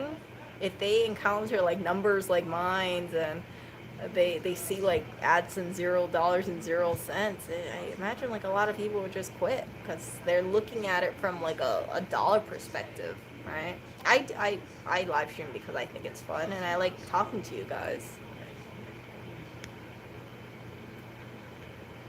But don't think like live streaming or just me making these videos is like bringing in like loads of bucks from like Google AdSense. It's not. No, I don't. The cats don't eat greenies because I've been trying to do elimination diets. But Clinton still, actually no, I take that back. Clinton and Barry still eat greenies. I'll give Oreo like a little bit of greenie, but not too much.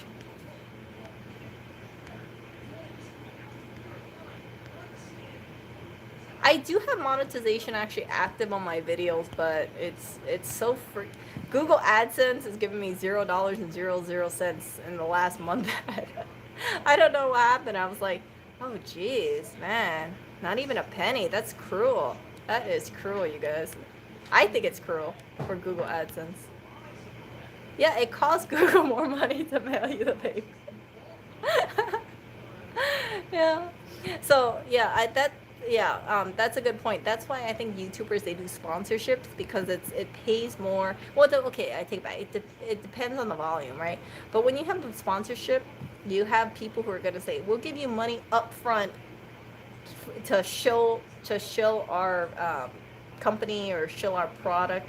And I honestly don't see anything bad about it, because, well, as a person who watches YouTube, when I see that stuff, my brain kind of blocks it out. They'll be like, "Oh, and this video was made possible to you by Audible, and Audible is really awesome, and it saves you so much time, and you can," like, I just kind of think like, okay, if that person wants to shill Audible, then whatever, they make an extra money, and I'm still watching the content. I don't pay anything for the content, then yeah, I don't see anything wrong with that. I think Sonny shills Audible, right? I think he does. Maybe I'm remembering it wrong. Oh, thank you. Thank you, Kopaz. And thank you. How do I say your name? Expeer? I think that's how I say your name.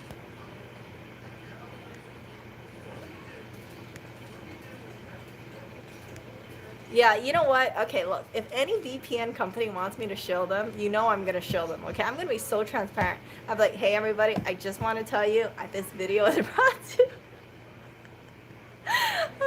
I don't think you guys would take it seriously. You guys will probably laugh and be like, "Okay, yeah, you get that, $50, Erica. You go for it." Maybe I'll go to the butt wipes or something. Yeah, but yeah, if I okay, maybe I shouldn't say this on the record, but if I ever shilled something, just don't take it personally, okay? I mean, like, when I see people shill things, I don't think that they're a sellout or anything. I'm like, yeah, you know what? If you have to go ahead and shill something stupid to make $50, go for it. That's gonna pay you probably more than the AdSense revenue is, especially if you're like a smaller channel. You can get rich from YouTube and streaming. I don't know about that. Maybe Lewis could get rich by doing his OnlyFans stuff, but no, I changed all the settings. It's just that the payout is totally crap. Yeah, I don't know. I don't know where this ad is coming from. It seems like it is what it is. Maybe they'll be like, "You need to have like way more views, and then we'll give you 1 cent, Erica. Google AdSense will give you 1 cent if you're lucky." But maybe they're just being greedy. Who knows? But I shouldn't say that. Because then for sure I'm gonna be stuck at 0, 0, 0. I was surprised though.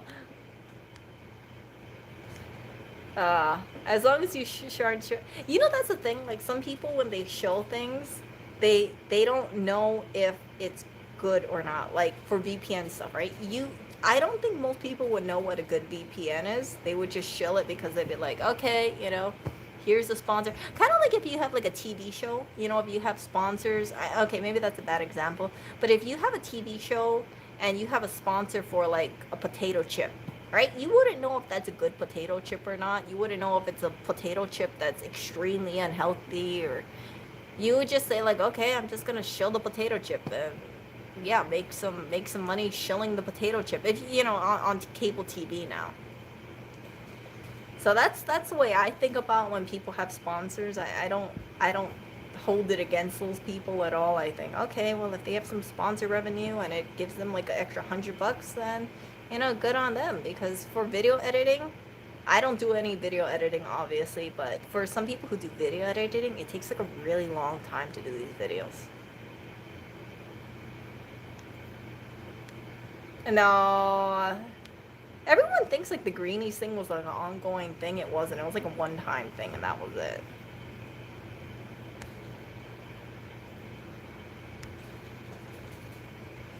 And there wasn't like a cash transaction or anything like that. We just got like a bunch of greenies and like some cat toys, and that was it.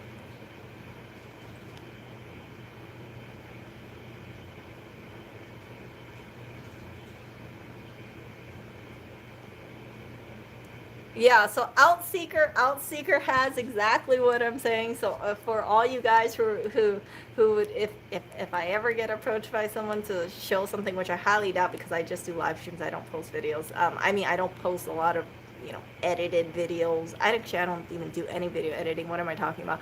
But if I ever shill, just know it would be this for the sake of shilling, and you would probably see me be like super happy. I'd be like, I want to get like more than 0.000 Google AdSense. But I wouldn't expect anyone to actually sign up. Like Audible, like if I shilled Audible, I wouldn't expect anyone to sign up at all. I'd be like, okay, just putting it out there.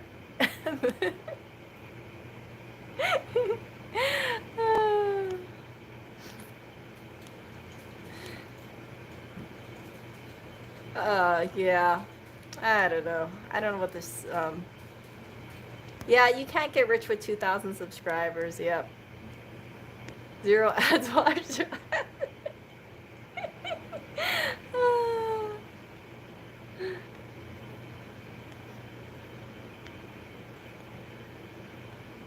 Yeah, he was talking about that. Yeah, I get a lot of Wix ads on him, but sometimes I get things like, okay, right now I'm getting Pearl ads on a lot of videos on YouTube because I went to this Pearl website. So I usually see that like every day now.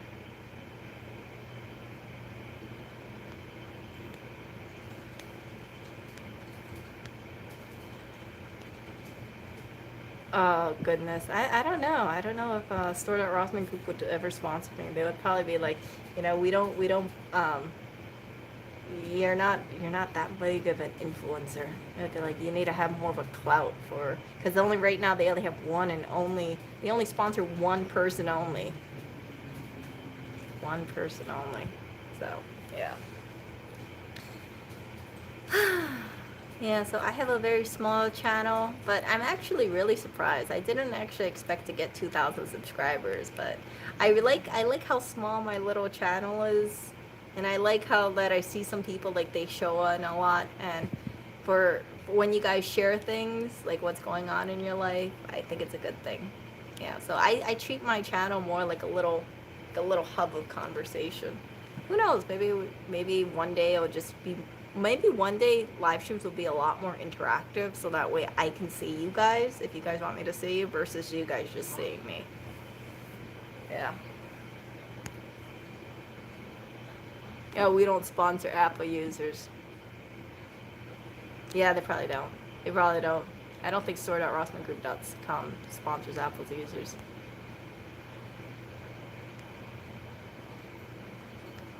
No, I don't want to give you a practice shot. I would be terrible at shilling, and I have to come up with a script or something. Let me think. What would I do? I don't know. I'd probably say something really, really like, I know, he wouldn't sponsor me. Why would he sponsor me? He'd probably be like, why would I? Yeah. And plus, I wouldn't want to put one of his, like, cheesy ads in my videos anyway, you know? His you know, his cheesy ads that he talks about, like the one that he uses for his stream deck when he live streams on his live random channel. I would not want any of those cheesy ads on my channel because I'd get downloaded and I'd look at it and I'd be like, why do I have a cheesy ad here with that shilling voice?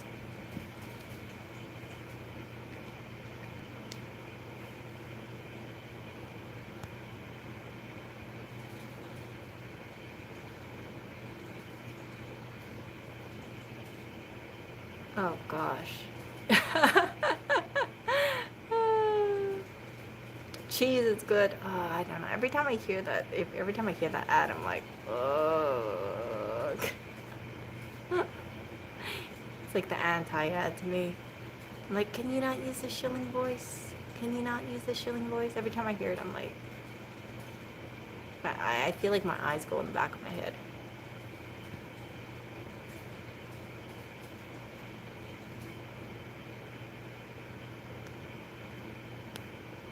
But anyway, I need to get going. I have so much cleaning up to do, cat food that I need to try out. So I will talk to you guys later. And as always, I hope you stay safe. And yeah, I can't believe the stream has been like 3 hours and 16 minutes. It's kind of crazy.